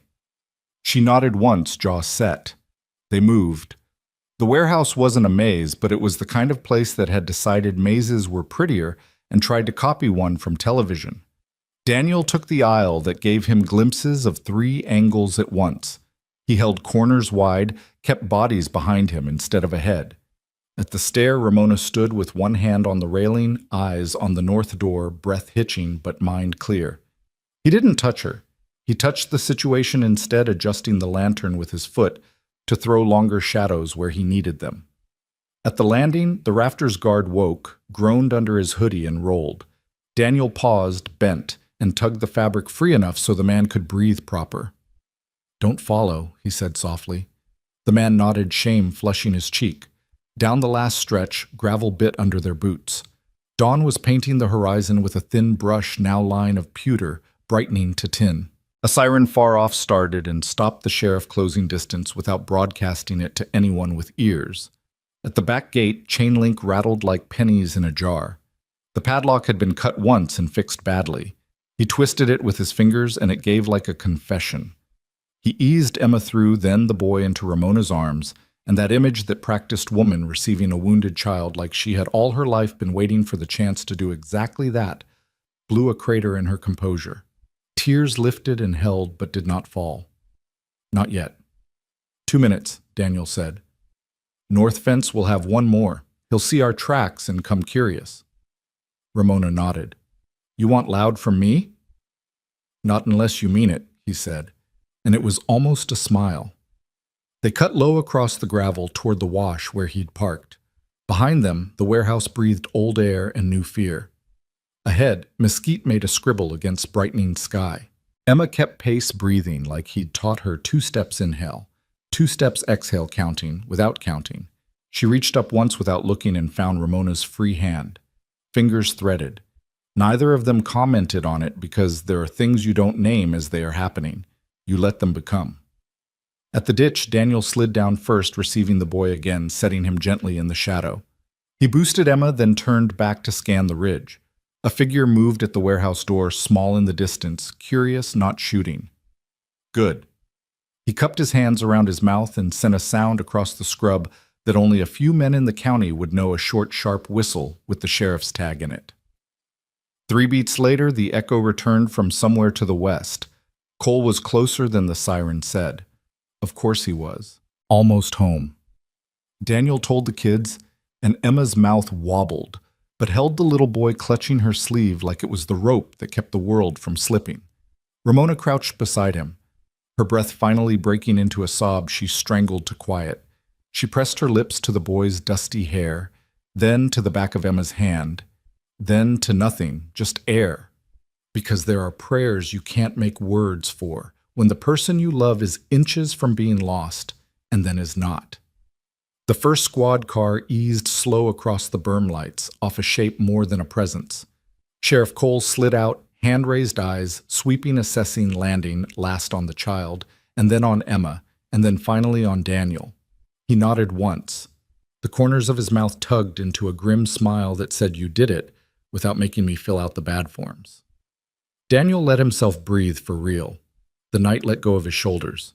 In the east, the sky cracked open and color poured through bleached orange mean pink, a white-hot line where sun would be. He looked down at his daughter, dirt streaked across her cheek chin, set like his fingers still twined with Ramona's without anybody telling them to be. He filed the picture in the part of his mind where he kept the ones that saved him when the ghost came. "Let's go home," he said. He stood, took the boy again and started up out of the ditch toward the car that would carry them back down the road past the rust and the empty threats toward the neon sign that would be on because he had decided it would be. Behind them, the freight yard watched, furious and small, and learned something it should have known already. Some people aren't leverage, they're anchors, and you don't move an anchor with a match. The diner's bell rang at 8 in the morning, not with the lazy clatter of a weekday customer, but sharp, purposeful, like the world wanted to announce they made it back. Daniel pushed the door with his shoulder, carrying the boy still swaddled in borrowed blankets. Emma walked just ahead, her small fingers clenched around Ramona's. The sheriff followed, eyes scanning the street out of habit, hand never far from the radio clipped to his vest. Inside, the smell of coffee and bacon grease hit like a wave, familiar grounding. People were already seated, truckers with weather-creased faces, 2 teachers in weekend denim, old man Rivera at his window booth with the crossword he never finished. All heads turned and silence landed like snow on a quiet morning. Then chairs scraped coffee cups were abandoned and the town rose. "Lord Almighty," someone whispered. "They're back." Emma climbed onto a stool, her backpack retrieved by Lena from its hook. She sat straight, chin lifted, as if refusing to let anyone see how near she'd come to the edge. The boy name was Joel, they learned in soft syllables, stayed tucked against Daniel's side, not ready for eyes. Sheriff Cole cleared his throat, voice roughened by no sleep. "Found him at the old freight yard. Alive.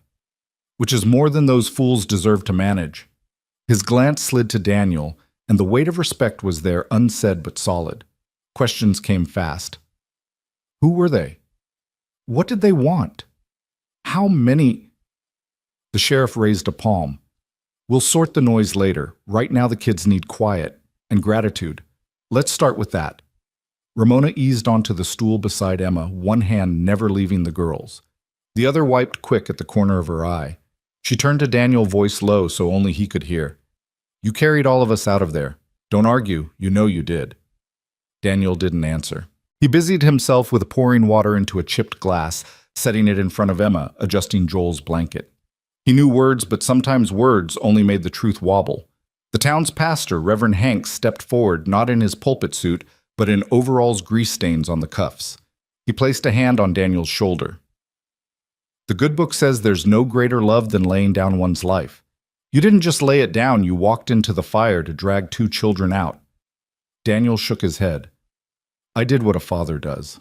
Nothing more." But the murmur in the diner said otherwise. To them, he'd done what no one else could have. Cole leaned near, voice for Daniel alone. "They'll rebuild their crew, you know, the kind that doesn't like being embarrassed. You may have bought peace for a week, maybe 2. Not forever." Daniel sipped the untouched coffee someone had set in front of him. His eyes went to Emma, who was coaxing Joel into sipping water, her tone soothing, steady, a reflection of him. "Forever's too big a word," he said quietly. "I'll take today."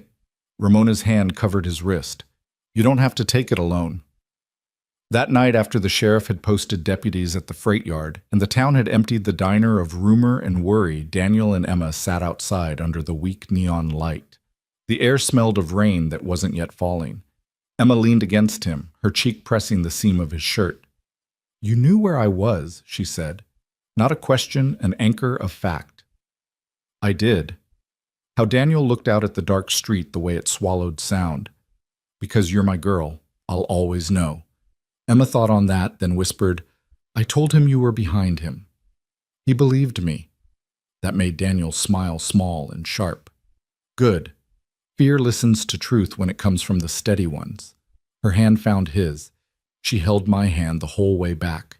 He didn't need to ask who. He just nodded, thumb brushing her knuckles. Across town, lights flickered in houses where men plotted how to regain the ground they'd lost. At the freight yard, shadows paced angry and bruised. The story wasn't finished. But in that moment under the diner's glow, with Emma safe and Ramona's silhouette visible through the window, Daniel allowed himself something rare. He let himself believe in tomorrow. By mid-morning, the diner found its pulse again. Coffee drip ticking like a metronome, the grill whispering bacon prayers. Emma's pencil scratching out new lines in her sketchbook. Joel's mom had arrived at sunrise, her sobs muffled in Daniel's shoulder as she hugged her boy and thanked anyone within reach. Sheriff Cole promised statements later and left to draft the kind of reports that let the law keep pace with the truth.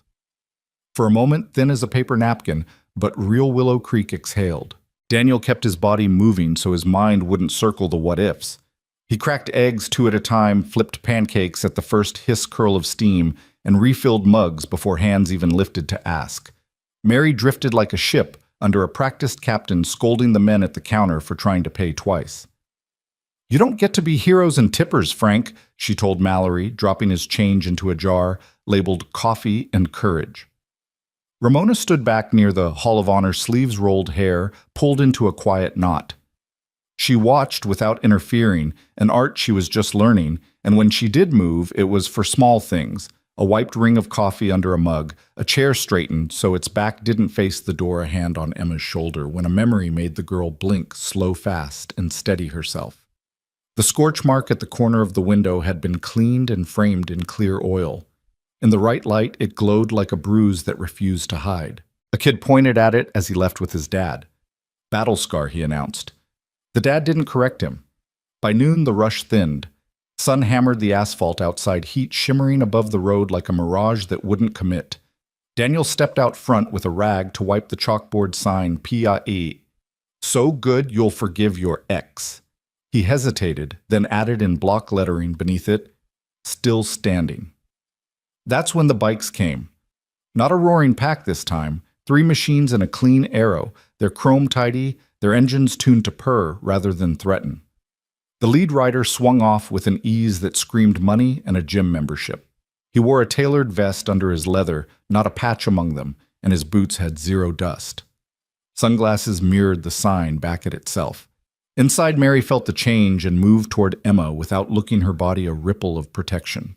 Sheriff Cole, who'd been pretending to nurse a slice of pecan pie in the corner booth, set his fork down and let his palm rest near his radio. The door chimed. "Mr. Harlow," the lead man said, voice smooth as a showroom floor. "My name's Cade. I represent an opportunity." "Coffee?" Daniel asked, not moving from behind the counter. Cade smiled like they were old friends. "No, sir. I make it a policy not to drink anything in a place I plan to purchase." Ramona's jaw went iron. Cole's knuckles whitened. "Not for sale," Daniel said, reaching for a towel. Cade nodded as if he had expected a line and brought a pen to underline it. He slid a folded sheet of paper from his vest and set it gently on the counter. Old school, as if the weight of ink could still impress a man who'd carried weight that wasn't numbers. "500,000, Cade said. "Cash. No questions. No lawyers. You hand me the keys, you walk away. Start over somewhere quiet." The diner went so still the fridge hum sounded like thunder. Daniel didn't touch the paper. He wiped the counter in a small circle until the stainless shone. He could feel Emma watching him from her stool, could feel Ramona watching him from the wall, could feel the sheriff's gaze steady as a hand on his shoulder. He set the towel down, reached beneath the register, and drew out a wooden box, the color of old smoke. The lid stuck once on a swollen hinge. He worked it free and lifted it open. Inside lay a purple heart. It wasn't pretty.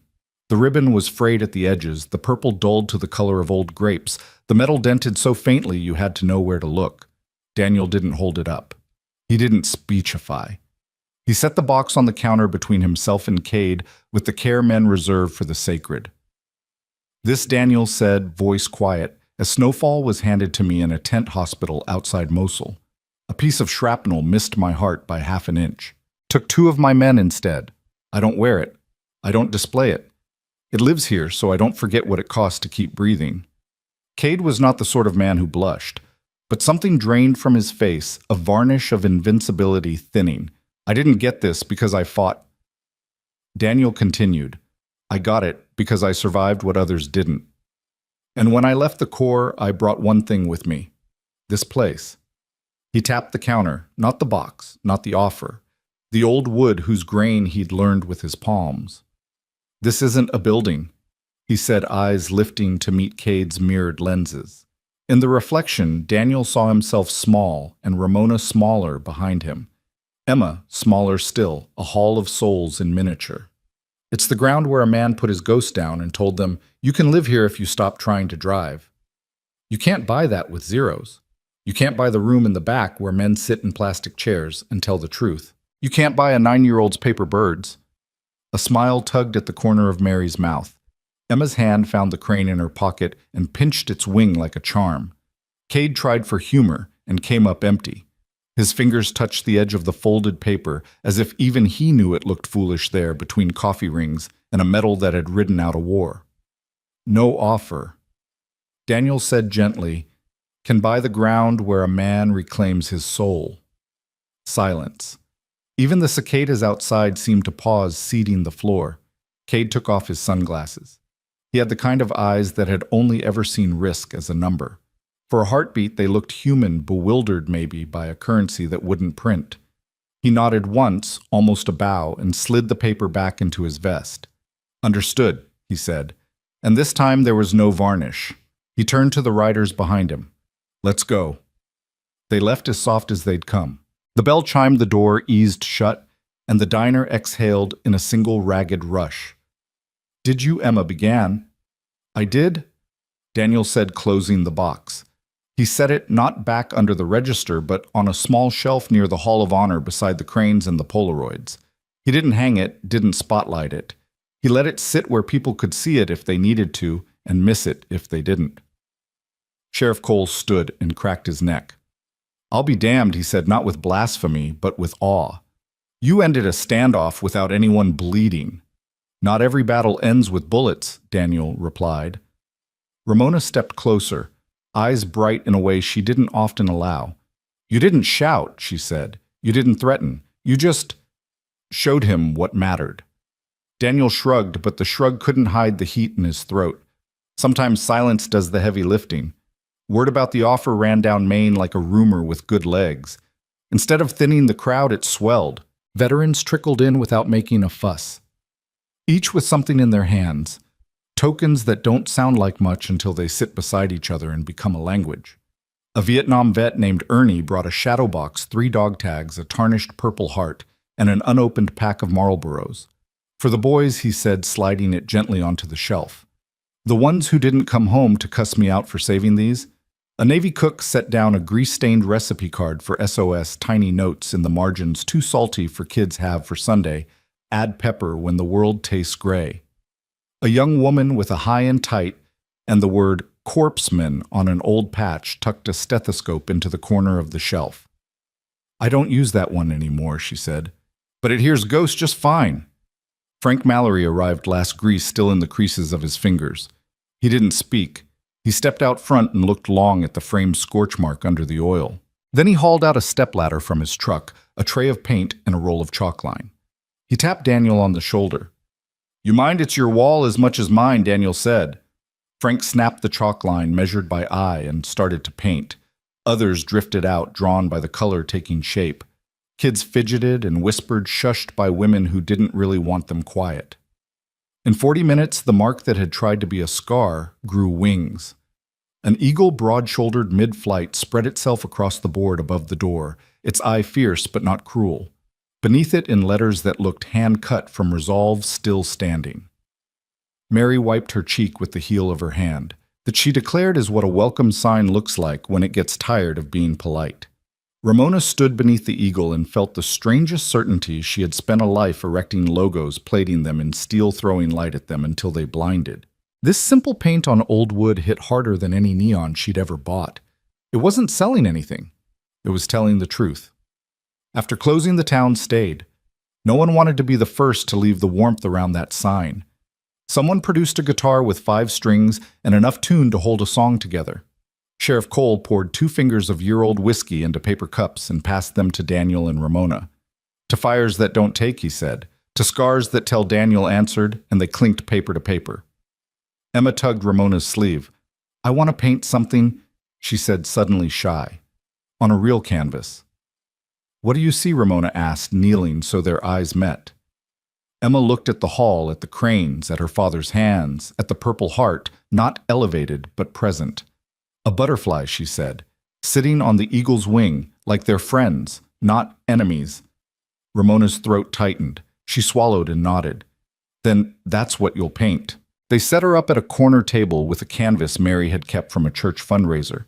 Under Daniel's watchful eye and Ramona's gentle suggestions. Let the blue breathe. Give the gold a little room. Emma worked. Her butterfly wasn't delicate.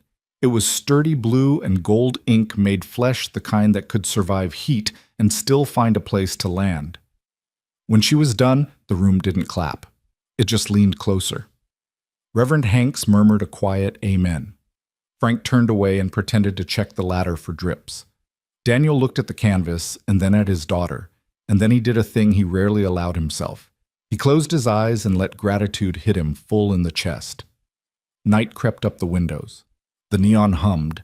People peeled away in twos and threes, leaving behind the hush of a place that had decided its own identity. In the bunker, the paper cranes multiplied 15-20 more, and the Polaroids marched across the wall like a small, stubborn army. The Purple Heart stayed on its shelf, a heartbeat in metal. On the porch beneath the new eagle, Daniel and Ramona lingered. You know this isn't over, she said, voice low. I know, he answered. He'll send lawyers. He'll send bigger men. He'll send offers with more zeros and fewer scruples. Daniel glanced at the sign, then at her. Let him send what he knows. We'll answer with what we know. And what's that? He tapped the wood above them, still standing. She laughed, soft, honest, surprised at herself, and leaned against the railing. For a long minute, they said nothing. Down the street, crickets stitched their thin song into the edges of the quiet. Inside, Emma's butterfly dried blue and gold, catching the lamplight like a promise. Daniel locked up and tucked the keys into his pocket.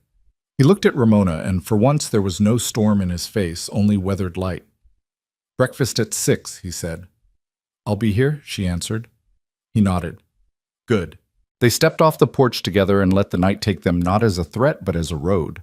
Above them the eagle didn't move, but it watched, and in its painted eye the town could see itself bruised.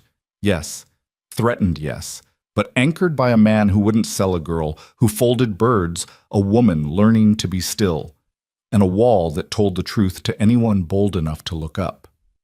Morning came thick with the smell of rain on hot asphalt clouds bruising the horizon as if the sky itself had been in a fight.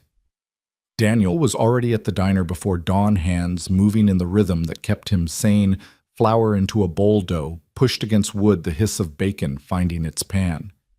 He liked mornings. They gave him the illusion of control a few hours before the day reminded him it had teeth. Emma shuffled in, hair tangled, clutching her sketchbook like a shield. You didn't sleep, she accused softly. Didn't need to, he said, which wasn't an answer at all. He slid a plate of pancakes toward her. Eat before school. Ramona arrived moments later, helmet under her arm, her leather jacket wet with drizzle. She had that look she carried in from another world, a mix of command and loneliness. They're talking, she said, brushing water from her sleeve. Daniel glanced up. Who investors? The ones behind Cade. I got a message. She didn't say from whom, but her tone made it clear it wasn't friendly correspondence. They're not just after your land, they're after influence. They want this town under their thumb. Your diner is just leverage. Emma forked a bite into her mouth, trying to look uninterested, but her foot bounced under the stool. She understood more than anyone gave her credit for. Daniel turned back to the grill, steadying his voice. Then they'll find out the difference between leverage and roots. The bell above the door jingled, and Sheriff Cole entered, hat-dripping rain eyes sharp. Heard chatter last night on the scanner, he said without preamble. Somebody's bringing in outsiders, big rigs. Could be a staging play. Mary arrived right then, carrying a bag of onions and a Bible tucked under her arm. She caught the drift mid-sentence. Outsiders, she repeated, eyes narrowing. This isn't a boardroom. This is Willow Creek, which is exactly why they think it's easy pickings, Ramona said. The tension was heavy like a storm just waiting for the crack. Daniel wiped his hands and leaned against the counter. So we plan. No guns, no fists unless they leave us no choice. We've got something better. Emma set down her fork. "What truth?" he said, and eyes that won't look away. Ramona studied him. There was a steadiness in his tone she hadn't heard before, a marine steadiness, the kind that measured time in deployments, not days. By noon, the rumor had spread. Folks came in not for pie, but for direction. The postman, Reverend Hanks Ernie, with his Vietnam cap, Frank Mallory with paint still in his hair. They crowded the booth's standing room thick as if the diner were the town's lung.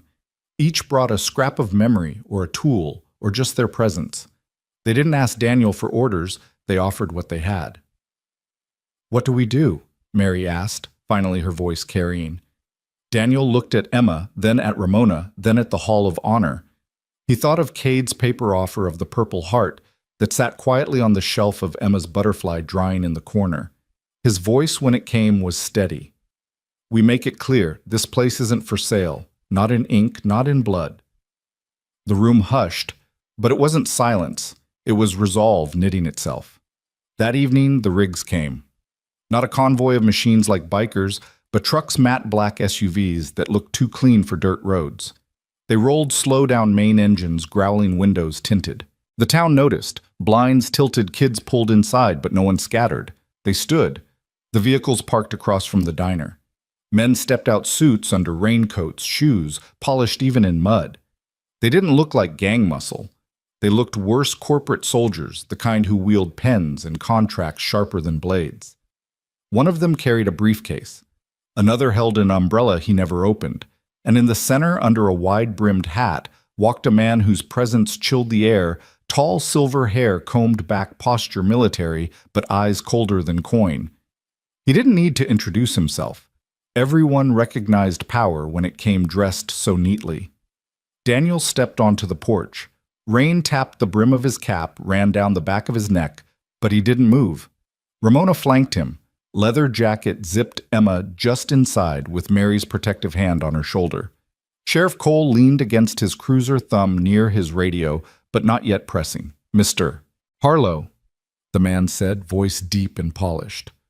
"My name is Adrian Cross. You've already met my envoy. I trust he extended courtesy." "He extended money," Daniel replied. "That's not courtesy. That's noise." Cross smiled, thin as a blade. "Everything has a price." Daniel's reply was simple. He lifted the wooden box, opened it, and held up the Purple Heart so rain struck its dull face. "Not this." The crowd that had gathered, dozens now townsfolk and veterans alike, murmured, then quieted like a congregation. Cross's eyes flickered, annoyed by the show. He motioned to his men. One stepped forward with the briefcase, clicked it open to reveal neat stacks of bills, more than Daniel had ever seen in one place. The sight made Mary gasp, though she quickly clamped her lips. "2 million, Cross said. No taxes, no delays. Yours tonight." Daniel closed the box gently and set it on the railing. "You think you're offering freedom, but all you're offering is a leash in gold instead of iron." Cross studied him. Rain ran off his coat like it feared him. "You'll regret this stubbornness." Ramona stepped forward, then her voice sharp. "He's not stubborn. He's steady. There's a difference." Cross turned to her. Recognition flared in his eyes. "Ah, the prodigal daughter of the Carter Empire. I wondered how long until your rebellion landed you here." Ramona's jaw tightened. She didn't flinch. Cross's men shifted, but Sheriff Cole cleared his throat, hand dropping casually to his holster. "Town ordinances don't allow solicitation without permit," he said mildly. "And I count this as solicitation. It was small-town law, but it was law, and even men like Cross knew appearances mattered." He signaled to close the case. The bill snapped shut, wealth swallowed whole. "This isn't finished," Cross said. He gestured, and his men filed back into the SUVs. Engines flared, tires hissed against wet asphalt, and in minutes they were gone, leaving behind only the smell of exhaust and the press of rain. The crowd didn't cheer. They didn't need to. They looked at Daniel, and something passed among them, a pledge without words. Inside, as the lamps flickered on, Emma whispered, "Dad, yes, Bug. They'll come back." Daniel knelt, hands steady on her shoulders. "Then we'll be here." Still standing, Ramona crouched too, her eyes meeting Emma's. And you won't be alone. Not ever again. Emma nodded, clutching her butterfly painting as if it could fly them all through the storm. That night Daniel stood alone on the porch after locking the door. The eagle painted above glistened in the rain wings, outstretched watching. He breathed in the wet night air and let it settle in his chest. Tomorrow would come with new threats, new trials. But tonight Willow Creek had chosen roots over ransom, truth over fear. And for the first time in a long while, Daniel felt something fragile and fierce stir in him. Not just defiance. Hope. The storm broke fully by morning. Rain hammered the tin roofs, gutters overflowed, and Willow Creek's narrow streets turned into shallow rivers that carried away the dust of yesterday's defiance. Daniel rose early as always, and when he opened the diner, the bell's chime carried over the roar of the downpour like a call to gather. He found Ramona already there, perched at a booth with her leather jacket draped over the seat. Her hair was damp, her expression unreadable, but her eyes sharpened the moment she saw him. "They'll strike again," she said, skipping any prelude. Daniel started the coffee pot. "I figured. Cross doesn't back down. He multiplies. And when a man like him is embarrassed in front of a whole town, he makes an example." Her voice was tight, edged with worry. Daniel set 2 mugs down, one in front of her, one for himself. Steam curled upwards, softening the space between them. "Then we don't flinch when he does." The door opened. Emma ran in with Joel close behind, both bundled in raincoats too big for them. Mary followed, umbrella in hand, guiding them like ducklings. Emma's cheeks were red from the cold, but her grin was fierce. "We saw the sheriff. He said to tell you he's coming here after his rounds." Joel, quieter but braver by the day, slid into a booth. "Do you think they'll hurt us?" His voice wavered. Daniel sat across from him, steady gaze, anchoring the boy. "Not while I'm breathing." That answer seemed to calm Joel. Emma reached for his hand under the table, and the boy let her hold it. By mid-morning, the diner was packed again. Not just locals, men from the VFW hall, farmers from miles out, even truckers who'd heard talk on CB radios. Word traveled faster than weather. They came not for pie or pancakes, but for presents. Sheriff Cole arrived, dripping rain hat in his hand. He stood by the counter. "Cross has men scoping the freight yard again. Word is they're bringing heavier equipment generators, maybe fencing. They want to establish a footprint." "That's trespassing," Mary snapped. Cole nodded. "And we'll press charges if it sticks. But folks like Cross don't play by the kind of law I can enforce alone." His eyes landed on Daniel. "That's why they're watching you." Ramona shifted, leaning forward. "Because he didn't bend. Because he didn't break." Cole corrected. The words hung there thick as the storm outside. Afternoon brought the first test. A pair of SUVs rolled slow through town again, windows down this time. Men leaned out, smirks on their faces, snapping photos of houses, storefronts, the church. A warning without words. Kids were pulled inside, curtains drawn. But no one scattered. People stood on porches, arms crossed, eyes unyielding. Daniel watched from the diner's window. Emma pressed against his side, whispering, "They want us scared." "We're not," he told her. She nodded, but clutched his sleeve tighter. That night, after the crowd thinned, Daniel sat alone at the counter. The hall lamp buzzed softly. Rain still tapped at the windows, gentler now, like the town had caught its breath. He unfolded the old letter he hadn't shown anyone, creased, smudged, the ink faint but legible. It was from his CO years ago, the one that came after Afghanistan. "Harlow, you kept your unit together when command fell apart. You remind men what roots feel like." He hadn't believed it then. Now staring at Emma's butterfly painting taped to the wall, he wondered if maybe the CO had been right. The bell rang. Ramona stepped back in hair slick with rain, her face softer than he'd seen it. She slid into the booth across from him. "I should go," she admitted, "before they drag me into this mess. I've got enemies with more zeros in their bank accounts than you can count." Daniel studied her. "You could go, but you won't." She exhaled, almost laughing. "You're infuriating." "Marine trait," he said. For a moment, silence stretched. Then Ramona's voice cracked low. "I saw the way Emma looked at me today, like I wasn't just passing through, like she expected me to stay." Daniel's throat tightened. "She's lost too much. She doesn't let just anyone in. And I keep people at arm's length. Even me." He hesitated. "Especially you." Her jaw clenched, but instead of anger, there was something wounded in her eyes. Maybe that's why I can't leave. Outside, a low rumble of engines echoed again, closer this time. Daniel stiffened, listening. The storm might have eased, but the war hadn't. Cross wasn't done. He stood pulling on his jacket. Whatever comes, we face it, together. Ramona rose too, her expression resolved. Then together it is. Emma peeked from the back room, Joel at her side. She must have heard the engines. Dad Daniel met her gaze. Go upstairs, lock the door. Don't open it for anyone but me. Her lip trembled, but she obeyed, grabbing Joel's hand and tugging him along.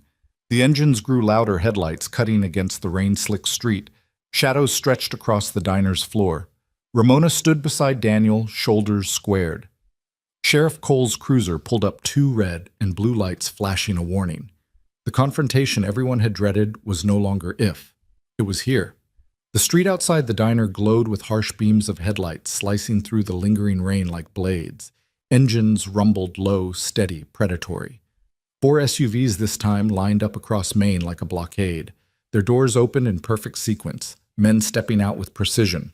Not bikers, not rowdy thugs, but corporate enforcers dressed in black coats and crisp shirts, their faces carved with discipline. At their center walked Adrian Cross, his hat tilted against the rain-silver hair gleaming under the street lamps. He didn't need to raise his voice. His presence alone made the air heavy. Inside, Daniel felt his body shift into that old stance, back straight weight, even senses sharp as if he were back in uniform. Ramona noticed it too. She slid beside him at the window, her leather jacket creaking, jaw tight. They're not here to talk this time, she whispered. Sheriff Cole stepped onto the sidewalk first, hat pulled low, hand brushing his holster. Evening, gentlemen, he called, voice steady but firm. Town ordinance says you can't block Main Street. One of the men sneered. We're not here for ordinances. Daniel pushed through the diner door. The bell chimed, absurd in the tension. Rain kissed his face as he planted himself on the porch. The wood under his boots creaked, but his voice carried clear. Cross, he said. You came all this way to see a diner you'll never own. Cross's lips curved faintly. I came to give you one last chance. Think of your daughter. Think of your future. One signature and you'll never worry again. Daniel glanced back through the window. Emma stood upstairs, pressed against the glass, her small hand against the pane. His chest tightened. He turned back, shaking his head. She doesn't need me, Rich. She needs me right. Cross's smile thinned. He motioned to his men. 2 stepped forward, carrying a metal case. They opened it right there in the rain. Inside gleamed documents wrapped in plastic, stamped with seals notarized slick with legality. Cross's weapon wasn't muscle. It was ink.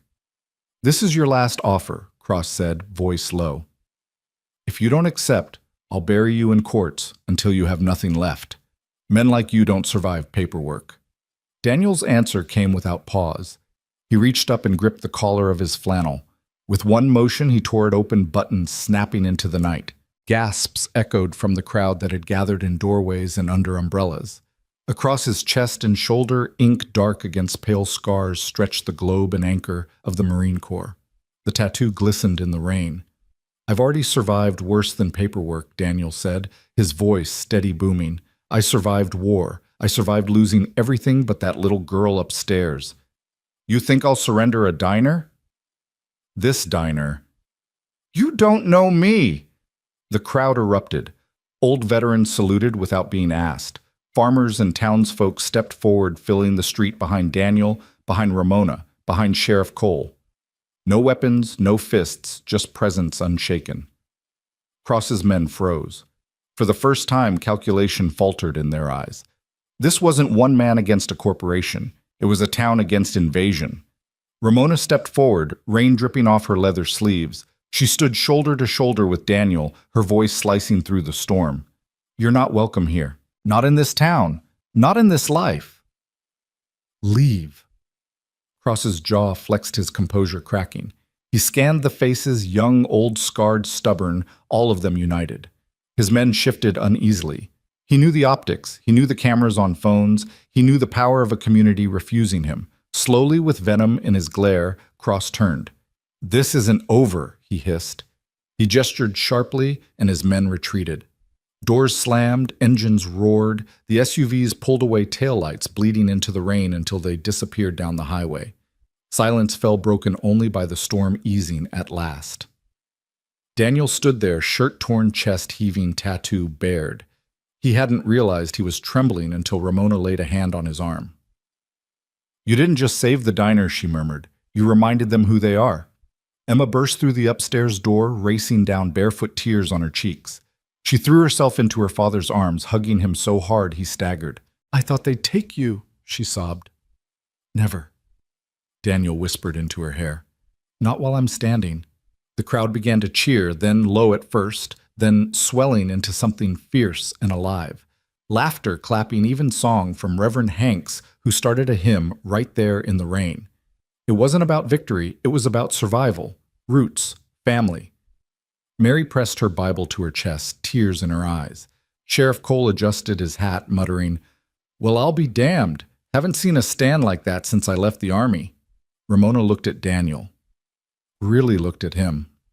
Beneath the scars and the stubbornness, she saw the man who had carried a town on his back without asking. Her voice was low, meant only for him. "You don't have to do it alone anymore." Daniel held Emma close, the storm finally lifting, the streets washed clean. For the first time in years, he believed it. Hope wasn't a stranger anymore. It was home. Your thoughts will help us create meaningful stories. And if you want to hear more powerful healing stories like this, don't forget to subscribe to the channel. Click the bell icon so you don't miss any new episodes. And most importantly, share this video with people who need a little hope today. Thank you so much for your time. We hear you, we listen to you, and we are honored to tell these stories for you.